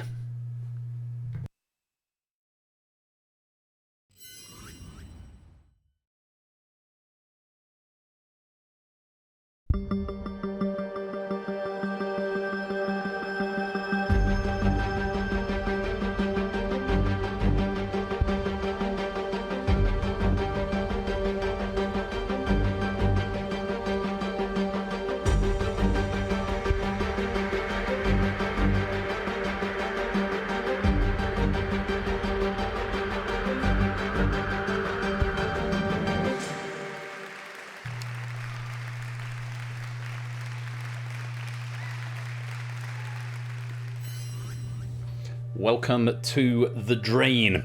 One of these 4 players, and they don't know it yet, are about to win 2,500 pennies as the champion of the drain, but they will only do that if they can stay one step ahead of the drain. Let's meet them, and as your name appears on the board, you can unmute yourself and we'll do a sound test and we can have a little chat with you. Let's meet our players tonight. This is Clive. He's 30 years old, and he's a failed skydiver who's just styling it out from the Challenger Deep. Hello, Clive. Hey, Ben. How are you doing, my dude? I'm doing all right. How are you holding up so far? Well enough. I've recovered from my earlier unhappiness, and now I'm in a good place. Excellent. Lovely to have you here. Thank you very much for agreeing to take part. Now, obviously you've seen the rules. I haven't explained it to the audience yet. Without giving anything away, how do you feel like you're going to do on this game? Oh, I mean, it's usually the sort of thing that's up my alley, but I'm pretty out of practice, so 50-50, I'll say. 50-50. Well, we'll wait and see what happens. Thank you for joining us, and we'll see you in the game in a minute. Thank you. We've also got Alex. He's 35, and he's a B+ player from Beige in the UK. Alex, welcome. Hello. Hello there. How you doing? Fine until about a minute ago. This soundtrack is more ominous than I thought it would be. Oh, are you getting the soundtrack piped in? I am, yeah. Well, that's something I didn't know was going to happen because I'm not sharing that. Obviously, maybe it's obviously piping through my whole voice meter thing. Well, that's good. You get a vibe as well. You guys will get a vibe because obviously you haven't got any graphics, so you're not going to be able to see any questions. But now, again, as someone who's read the rules without giving anything away, how do you think you're going to fare on this? As well as that. No. This is going to be a long. I say long. It'll feel long. It won't be particularly long for me, I reckon, but we'll give it a go. Give it a go. Well, I appreciate you very much being here, and I will add to you, Alex, and to all the players in the hot seat. Your feedback will be very important in the suggestions section as well, because obviously you're going to have sight of the Universal Controller, which might look very different from how it normally does. So I would appreciate your feedback. Alex, thank you for being here. There you go. And our third player tonight is Dev. He's a 35-year-old software developer from Canada. Hello, Dev. Hello, Ben. Lovely to have you with us. How are you keeping? Lovely to be here. I'm keeping well. Just started a new job not long ago. Good, congratulations. I hope you're settling in nicely. Now, it's going okay. You are our resident builder of software that involves buzzers. Do you think that's going to give you an advantage in this game without giving anything away? Oh dear, no. Oh dear, no. Is that your final word on the matter, my lad? It is, yes. Well, my coding is not going to help me with trivia. Let's see if you're going to be horribly wrong by actually being horribly right on a lot of these questions. That was a clumsy sentence. We'll edit it out in post. Dev, thank you for being here. Lovely to have you. And our final player. This is Shapes. He's 44. He's an admissions administrator from London. Hello, Shapes. Hello. You fresh back from your victory in DangerZone? I know, that's exactly the kind of thing you want to do just before this. My hands are still sweaty. Oh, you'll be fine. Now, you've got a lot of pedigree in these sort of heads up voice match sort of games. I know you've got a good track record in Face Off in the past. How are you feeling, without giving anything away to the audience, coming into this game? Oh goodness, it's same as what Clive said. I've got a record in those games, but it's been quite a while since any of those happened, so sort of got to try and get mentally dialed in straight away, and obviously the environment is different this time, so it very much is. We've still got neon though. Can't beat a bit of neon. We can't see that, of course. Well, which you can't see, but of course I invite you all to go back and watch the VOD afterwards. Well, guys, thank you all very much for being here. Shapes, welcome. Thank you. Those are our 4 contenders tonight. So, an overview of the rules as a reminder for our 4 hot seat players and for you at home who have never seen this game before. After each round, we will lose 1 player, and the last player standing will be declared the winner. Each round contains 2 phases. The first phase is called the pre-drain phase. The players will see 3 questions, or up to 3 questions, and they may only buzz once for the whole duration. Each of these questions will be a different difficulty level. 1 easy, 1 medium, 1 hard. The easy question is worth 15 points, the medium question 30, and the hard 50. In this first round, they have to hit a target of 75. So in this pre-drain phase, they're looking to answer 1 question to give themselves an advantage in the main phase. They have to decide which question they're going to attempt, because once they've buzzed in, whether they're right or wrong, they cannot buzz in again. And with only 3 questions, one of them at least is going to be starting the main phase on 0. Once that pre-drain phase is concluded, we will have 90 seconds on the clock, and all the players will have to buzz in for random questions on random categories with random difficulties. The scoring is the same, to try and hit their target of, in this round, 75. If they hit their target of 75, they are locked and through to the next round. However, for every second that passes in the drain phase, they will lose 1 point from their scores. They keep ticking back down to 0 until they hit that target. At the end of the 90 seconds, if we haven't had 3 players manage to hit the target, the player with the lowest score will be eliminated. So, one extra thing. In the main phase, if you buzz in and you are incorrect, you lose half of your accumulated total. So there is an element of jeopardy. If no one wants to buzz, I will time the question out after a couple of seconds, but remember, your clocks are constantly ticking until you get to the target. Those are the rules. We are going to go to our first starter question, fingers on buzzers. The buzzers will unlock as soon as you are able to buzz, and remember, the players cannot see these questions. Our first question is going to be a medium theatre question, which is worth 30 points. Fingers on buzzers. Which musical ends with the song "You Can't Stop the Beat"? Clive. Hairspray. That is the correct answer. 30 points, you're locked out, but you've got your advantage set. 2 questions remain. Alex, Dev and Shapes back on the buzzers. Here is your next question. A point beyond which someone won't go is often called a line in the what? Dev. Sand is the correct answer for 15 points. You're locked out. Alex and Shapes, there is a hard sport question to follow now for 50 points.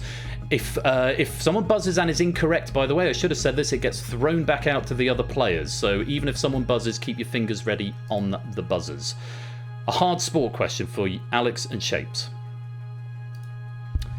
In which Middle Eastern capital did Alexander Usyk defeat Tyson Fury in a May 20... Alex. Riyadh. Is the correct answer for 50 points. So, at the end of the starter phase, Clive has 30, Alex has 50, Dev has 15, Shapes is yet to score, but that is only half the story. Let's put 90 seconds on the clock. Your first question is going to be an easy geography question worth 15 points. Remember, if someone buzzes and is incorrect, they lose half their points, but it gets thrown back out to the rest of the group, so get ready to buzz in case somebody misses. So you've got a rebound opportunity, as it were. Very best of luck to you all. Let's play. Your first question. The Malamute dog breed is most associated with Shapes. Canada. Incorrect. Someone else buzz. It's most associated with which US state? Clive. Alaska. That's the answer. What shape are the 4 faces of a tetrahedron? Clive. Triangle. Correct. Which basic land type in Magic the Gathering produces green mana? Alex. Earth. Incorrect. Someone else buzz? Dev. Forest. Correct. According to the proverb, to err is human, to forgive is... Alex. Divine. Correct. The act of rickrolling involves sending someone... Shapes. Never Gonna Give You Up. Correct. The Secretary Della Street was employed by which fictional lawyer? Clive?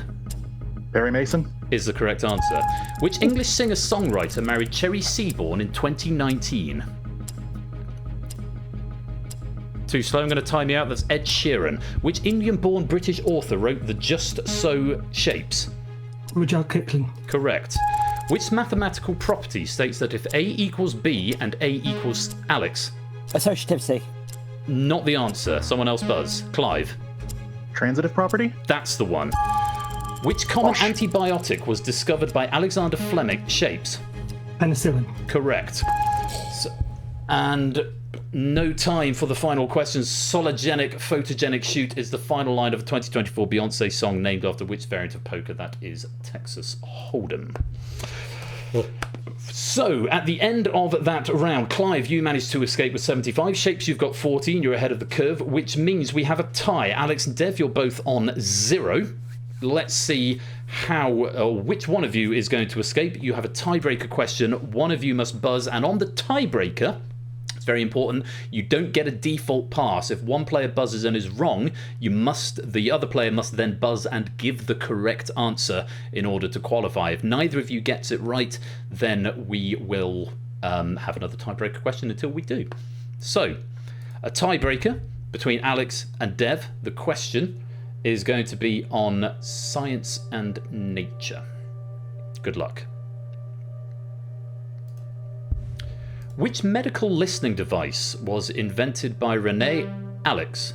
Stethoscope. That is the correct answer.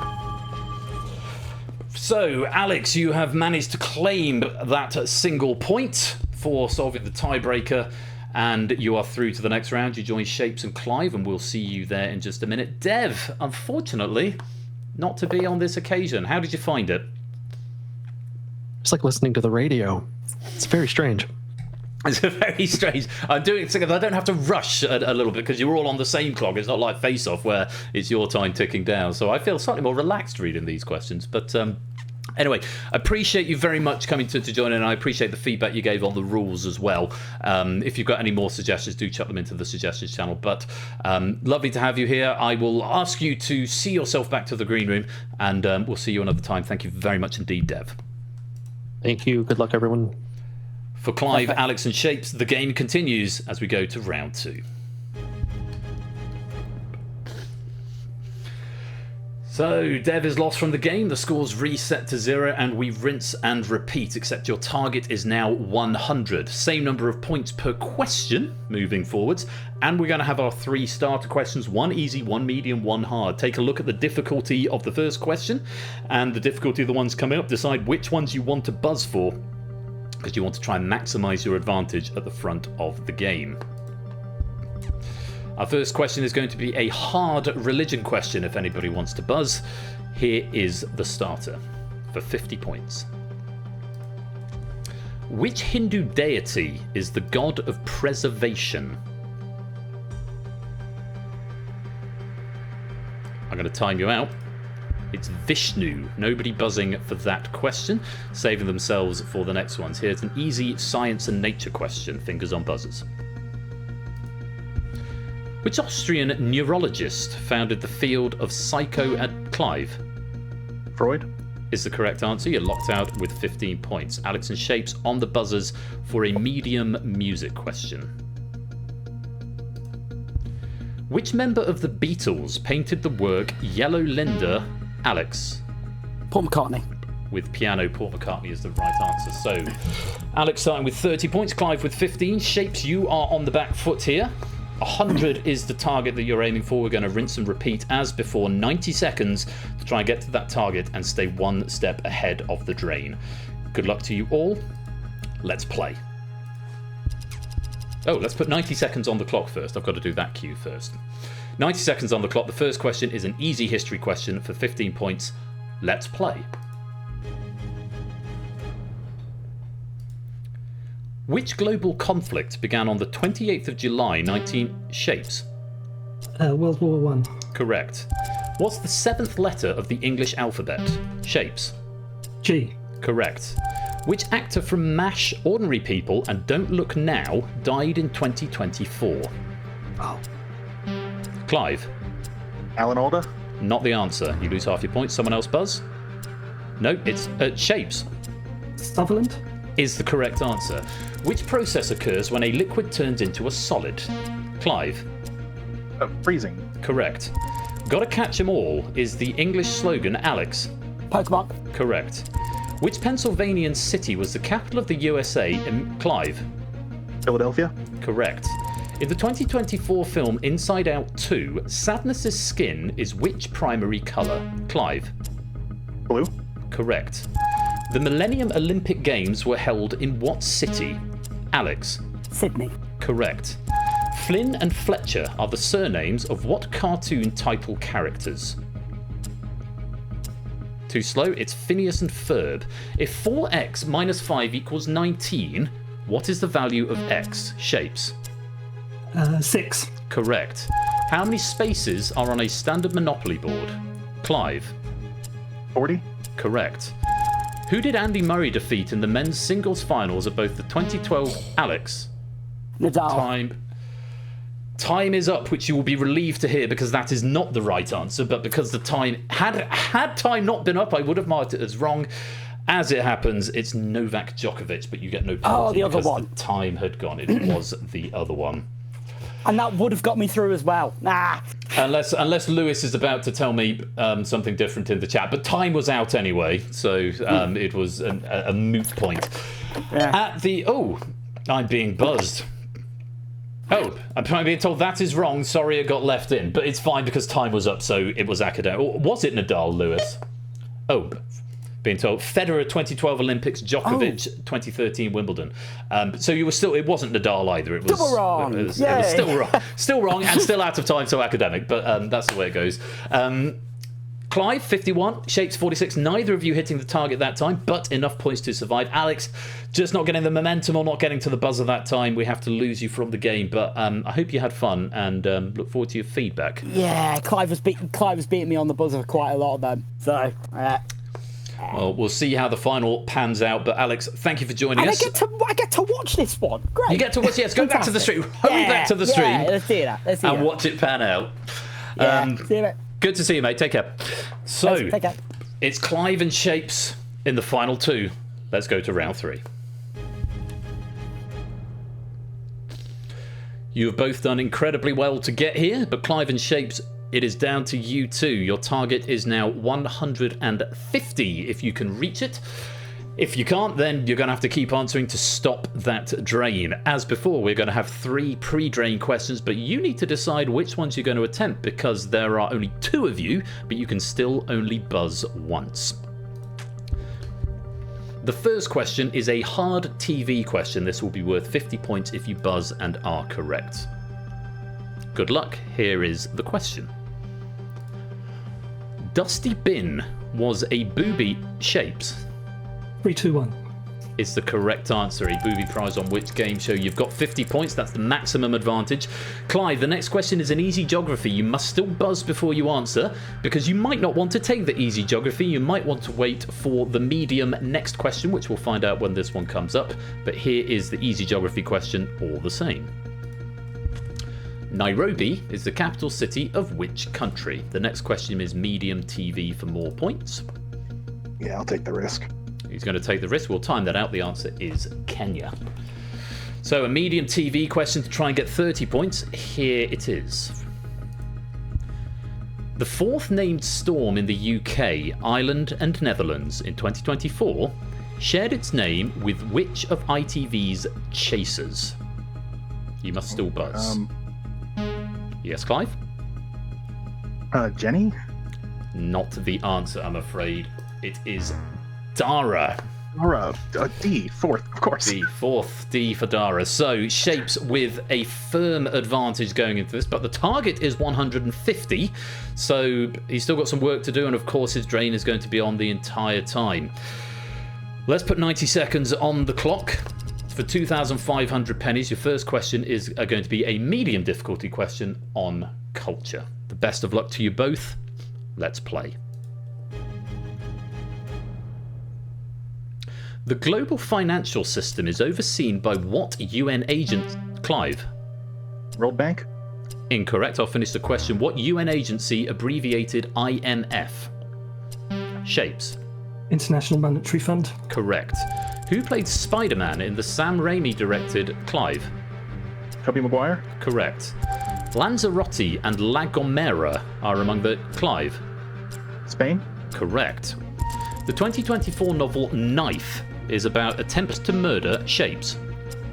Oh, sorry. Too slow, I'm afraid. That's wrong. Attempts to murder which author of the Satanic Verses? Clive. Salman Rushdie. That's the one. Which pop singer released the 2024 album Tortured Poets Department? Clive. Taylor Swift. Correct. Which topical BBC panel show includes rounds such Clive? Have I got news for you? Not the one. I'll finish the question. Such as scenes we'd like to see. Shapes. Mock the Week. That's the one. The video games Doom, Half-Life, and Resident Evil. Clive. First-person shooter. No, I'm afraid not. Were all first released in which decade? Shapes. 1990s. Correct. During the Euro 2024 football tournament, who was the only team England beat in a knockout game without extra time? Too slow. The answer is the Netherlands. The H.G. Wells novel, The War of the Worlds, Clive, and Mars. Say again? Mars. Was the correct answer, but the bell had gone. So we clear that without penalty. You don't get the 30 points. You were just out of time. It was a good hunch, a good hedge to try and buzz in there. But I'd heard the breath, and I'm afraid you don't get condoned for that. Mars was indeed the correct answer. And at the end of that, Shapes finishes on 17. Clive going back down to 0. That was a bit of a roller coaster. It was up and Clive. Shapes with the big advantage there, and there's a bit of up and down going on. But it is Shapes who has prevailed. Clive, you've been a wonderful contestant here. Thank you for playing. Look forward to your feedback, and I hope you enjoyed the experience. That was a great time. Thank you very much, Ben. Well played, Shapes. Good game, Clive. Glad to hear you enjoyed it, and Clive, we'll chat a bit more later on. Thanks for playing, and we'll see you later. Bye-bye. Shapes, you are the inaugural champion of the Drain, and you win 2,500 pennies, which are going into your bank right now. There you go. I have to do them manually because it doesn't automate it from the software.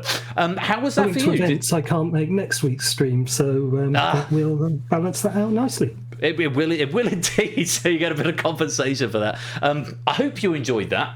If you, like I say, if you do have feedback, particularly interested in your feedback because you've seen the devices, do pop it into the suggestions channel. But it's been great having you here, and huge congratulations. I hope you enjoyed the experience. I did very much. Thank you. A pleasure. I'm going to leave you to go and celebrate and whatever. So it's a double tonight with DangerZone and the Drain. Double D. A double D victory. Like, how do I expect to get to sleep after this? We're going to have a cup of cocoa. 4 hours before my heart rate's back to normal after those two. I can only apologise. Great to have you here, Shapes, and I'll see you a bit later on. Cheers, mate. Thank you. Bye-bye.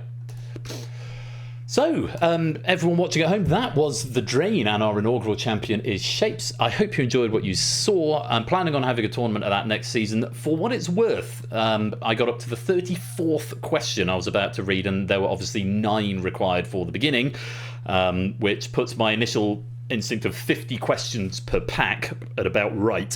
We had lots and lots of spares, so I was reading at quite a pedestrian rate. That was on purpose because, of course, the players can't actually read the question, which I think makes it a bit more interesting.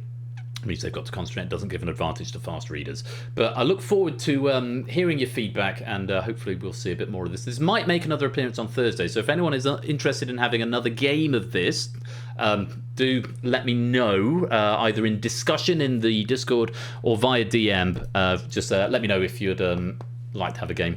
There may be some fine-tuning still required on the exact scoring of it, since I'm reading slower than I was in practice, but yeah, we'll see what happens. Anyway, that was The Drain. I hope you enjoyed it. Here are some credits, and I'll see you for the lottery in about a minute's time.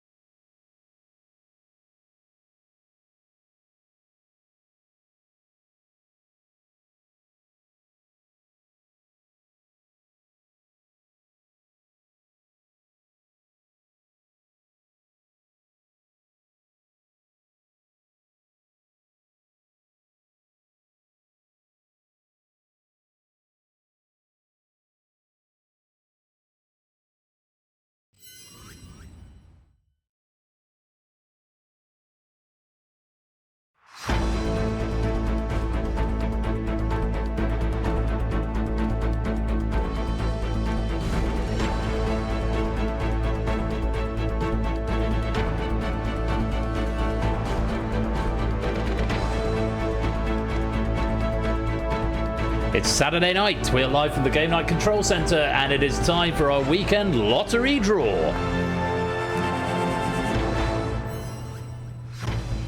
XTFH is the code you need. Do come and join the lottery for your final hurrah to win some pennies before I pick a raid message and we go off to raid somebody and pass on the goodwill of this crowd. Just quick glance back through the chat. An idea of how many points each question is worth was something that I left on the to-do list but didn't implement because I wasn't sure if it was just going to be too much information, both for the lower third and for the players. They don't see it. I say it at the beginning. If that feels like it, I had thought of it. I decided not to do it. A, because I'm lazy, and B, because I thought, well, I'll play test it and see if people ask for it. Looks like people have asked for it. That's something that is relatively easy to do. I've only looked at the chat. I have not looked at suggestions. I will do that post-stream. And I hope you enjoyed that. I genuinely do. And I look forward to reading what you've got to say about it. Remember, nice things are allowed as well. Just don't. If you genuinely don't have any complaints about it, don't feel the need to just make an issue where there isn't one. But if there is feedback on how that played out and how that could work for a tournament, maybe tweaks to the. If we play again on Thursday, I might make some tweaks to the values because there were fewer players getting to the top than I thought there were because I was reading slower than I had planned to because of course the players can't read the questions. But yes, thank you all very, very much for sitting through that. Thank you for sticking with me tonight. I know it's getting late. It's 11:45, which is one of the latest Saturdays I've done for a long while, and I appreciate you still being here.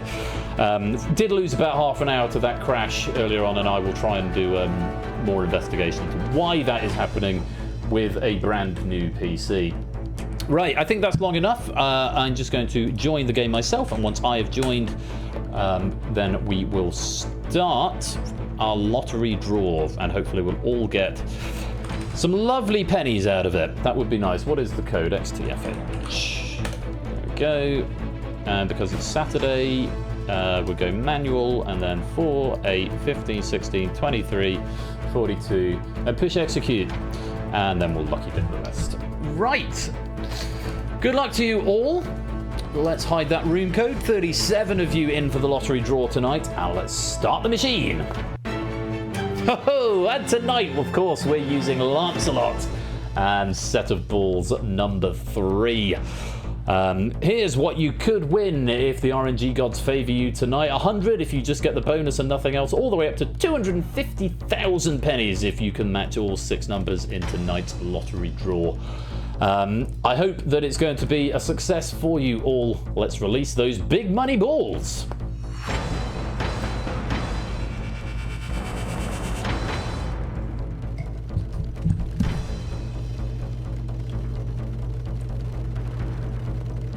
And in they go. Let's give them a kick to bring them back to life. There they go, bouncing around. A wonderful array of colours there. I have to pick the bonus for like 10 million. That'd break the economy, completely break the penny economy. To be honest, if you get 6 numbers and the bonus, you're pretty likely to be top of the table for the season anyway.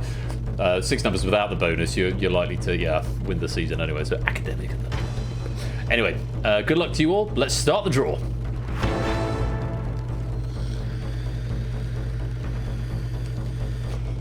Let's get some more sauce in that. Okay, as they settle down. Our first ball out tonight. It's a pink one, number 28. 4th appearance for that in the main lottery draw. We last saw it Saturday, the 17th of January. Great start. I do not have 28. Let's try for our second ball. Hopefully that'll be a happier ball for me. Second ball out tonight. It's a blue one, number 10. 3rd appearance in the main lottery draw. We last saw that on Saturday, the 25th of October. Been a little while. I don't have that either. Curses. I feel like I'm not going to get anything tonight, anything of substance. Should be a tremendous shame. What a shame. What a shame. 3rd ball is a green one. We're on our way to a rainbow. It's number 36. I've got that on one line. 6th appearance in the main lottery draw. We last saw it Saturday, the 29th of November. I've got 1 number out of 100 so far. But we've got one of every colour, which is always very gratifying. Let's see if we can continue that trend. A yellow or white next. No, it's another blue one, number 19. third appearance in the main lottery draw. We last saw that Saturday, the 24th of January. I have that on a different line. One other line. Come on. Let's have some better numbers. Please and thank you. That would be just grand. And a white or a yellow. No, it's another pink one. Number 22. 7th appearance for that in the main lottery draw. We last saw that Saturday, the 7th of March. I have that on 2 lines, including the 9 with 19. So I've got 2 numbers on 1 line, so I'm going to get something. I think that's how it works. One more for our main line. We are continuing with the rainbow. It's a yellow one, number 42, which I've definitely got. Only once on my manually picked line. 3rd appearance for that in the main lottery draw. Last saw it Saturday, the 7th of February. A white one would make it a rainbow draw. Unofficial rainbow draw because it's the bonus ball. But let's see if we can get a white one. They all look like they're on the edge at the moment. Oh no, there's one in the middle. It's that one. Number 6. Which I have on 1 line. 4th appearance in the main lottery draw. We last saw it Saturday, the 7th of March. And let's have our winning line tonight. This time in ascending numerical order. Your winning line is number 10. Number 19. Number 22. Number 28. Number 36. Number 42. And the bonus is number 6. I won 250 pennies on 1 line with 19 and 22. I hope you guys did a little bit better. Ralph with 4 numbers on 1 line, taking 5,000 pennies off a single line. That's a great result there. 3 numbers on 1 line for Vertigo, Maxio, Woollyback, Cola, and CJ, all winning 1,000 pennies off a single line. Ralph is the story of the night. Let's take a look at our overall big winners. I think Ralph is going to be there. 5,100 pennies across 2 lines. Do Not Read This, aka Ape, with 2,000 pennies across 4. Cola with 1,500 across 3. Prugs with 1,500 across 4.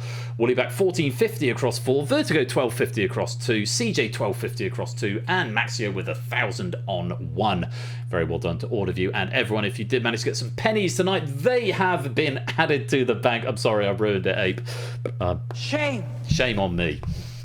Well, that has been the lottery draw, and what fun it's been. It's been a bit of a roller coaster of a stream, hasn't it? But we've got to go raid someone. Is Huds' cats actually there? Yeah, we've got a loaf cam. We've got a loaf cam. Oh no, it's a snap. They're not live. I mean, they're very cute.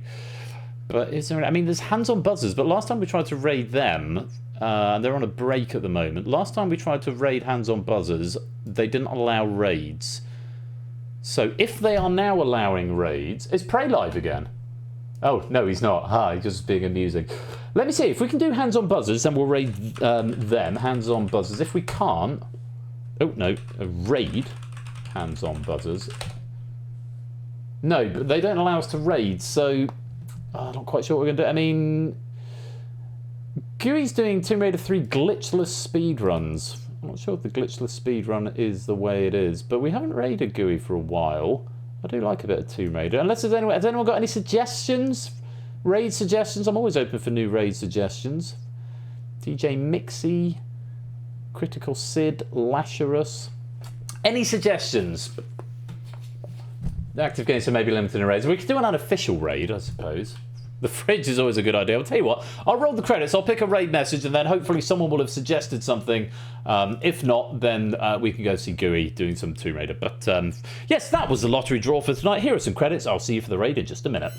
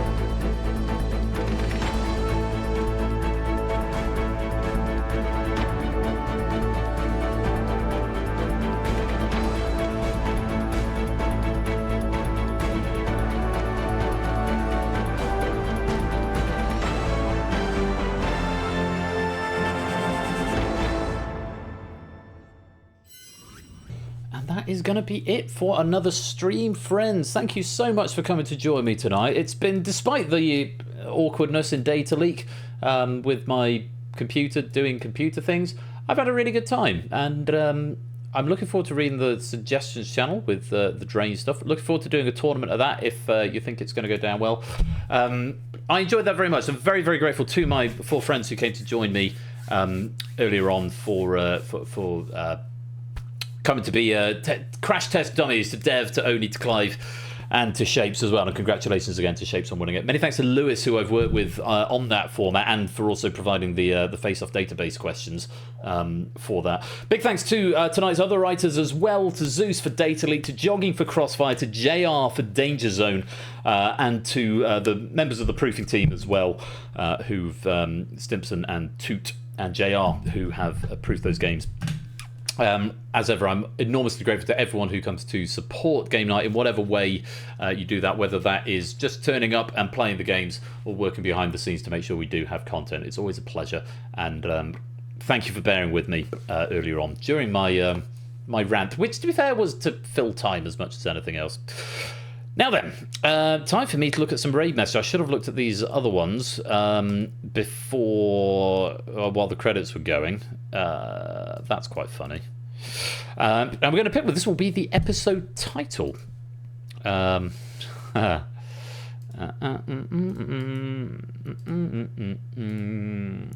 Okay, so honourable mentions for raid messages tonight for Vertigo. Why is Greenwich's time mean?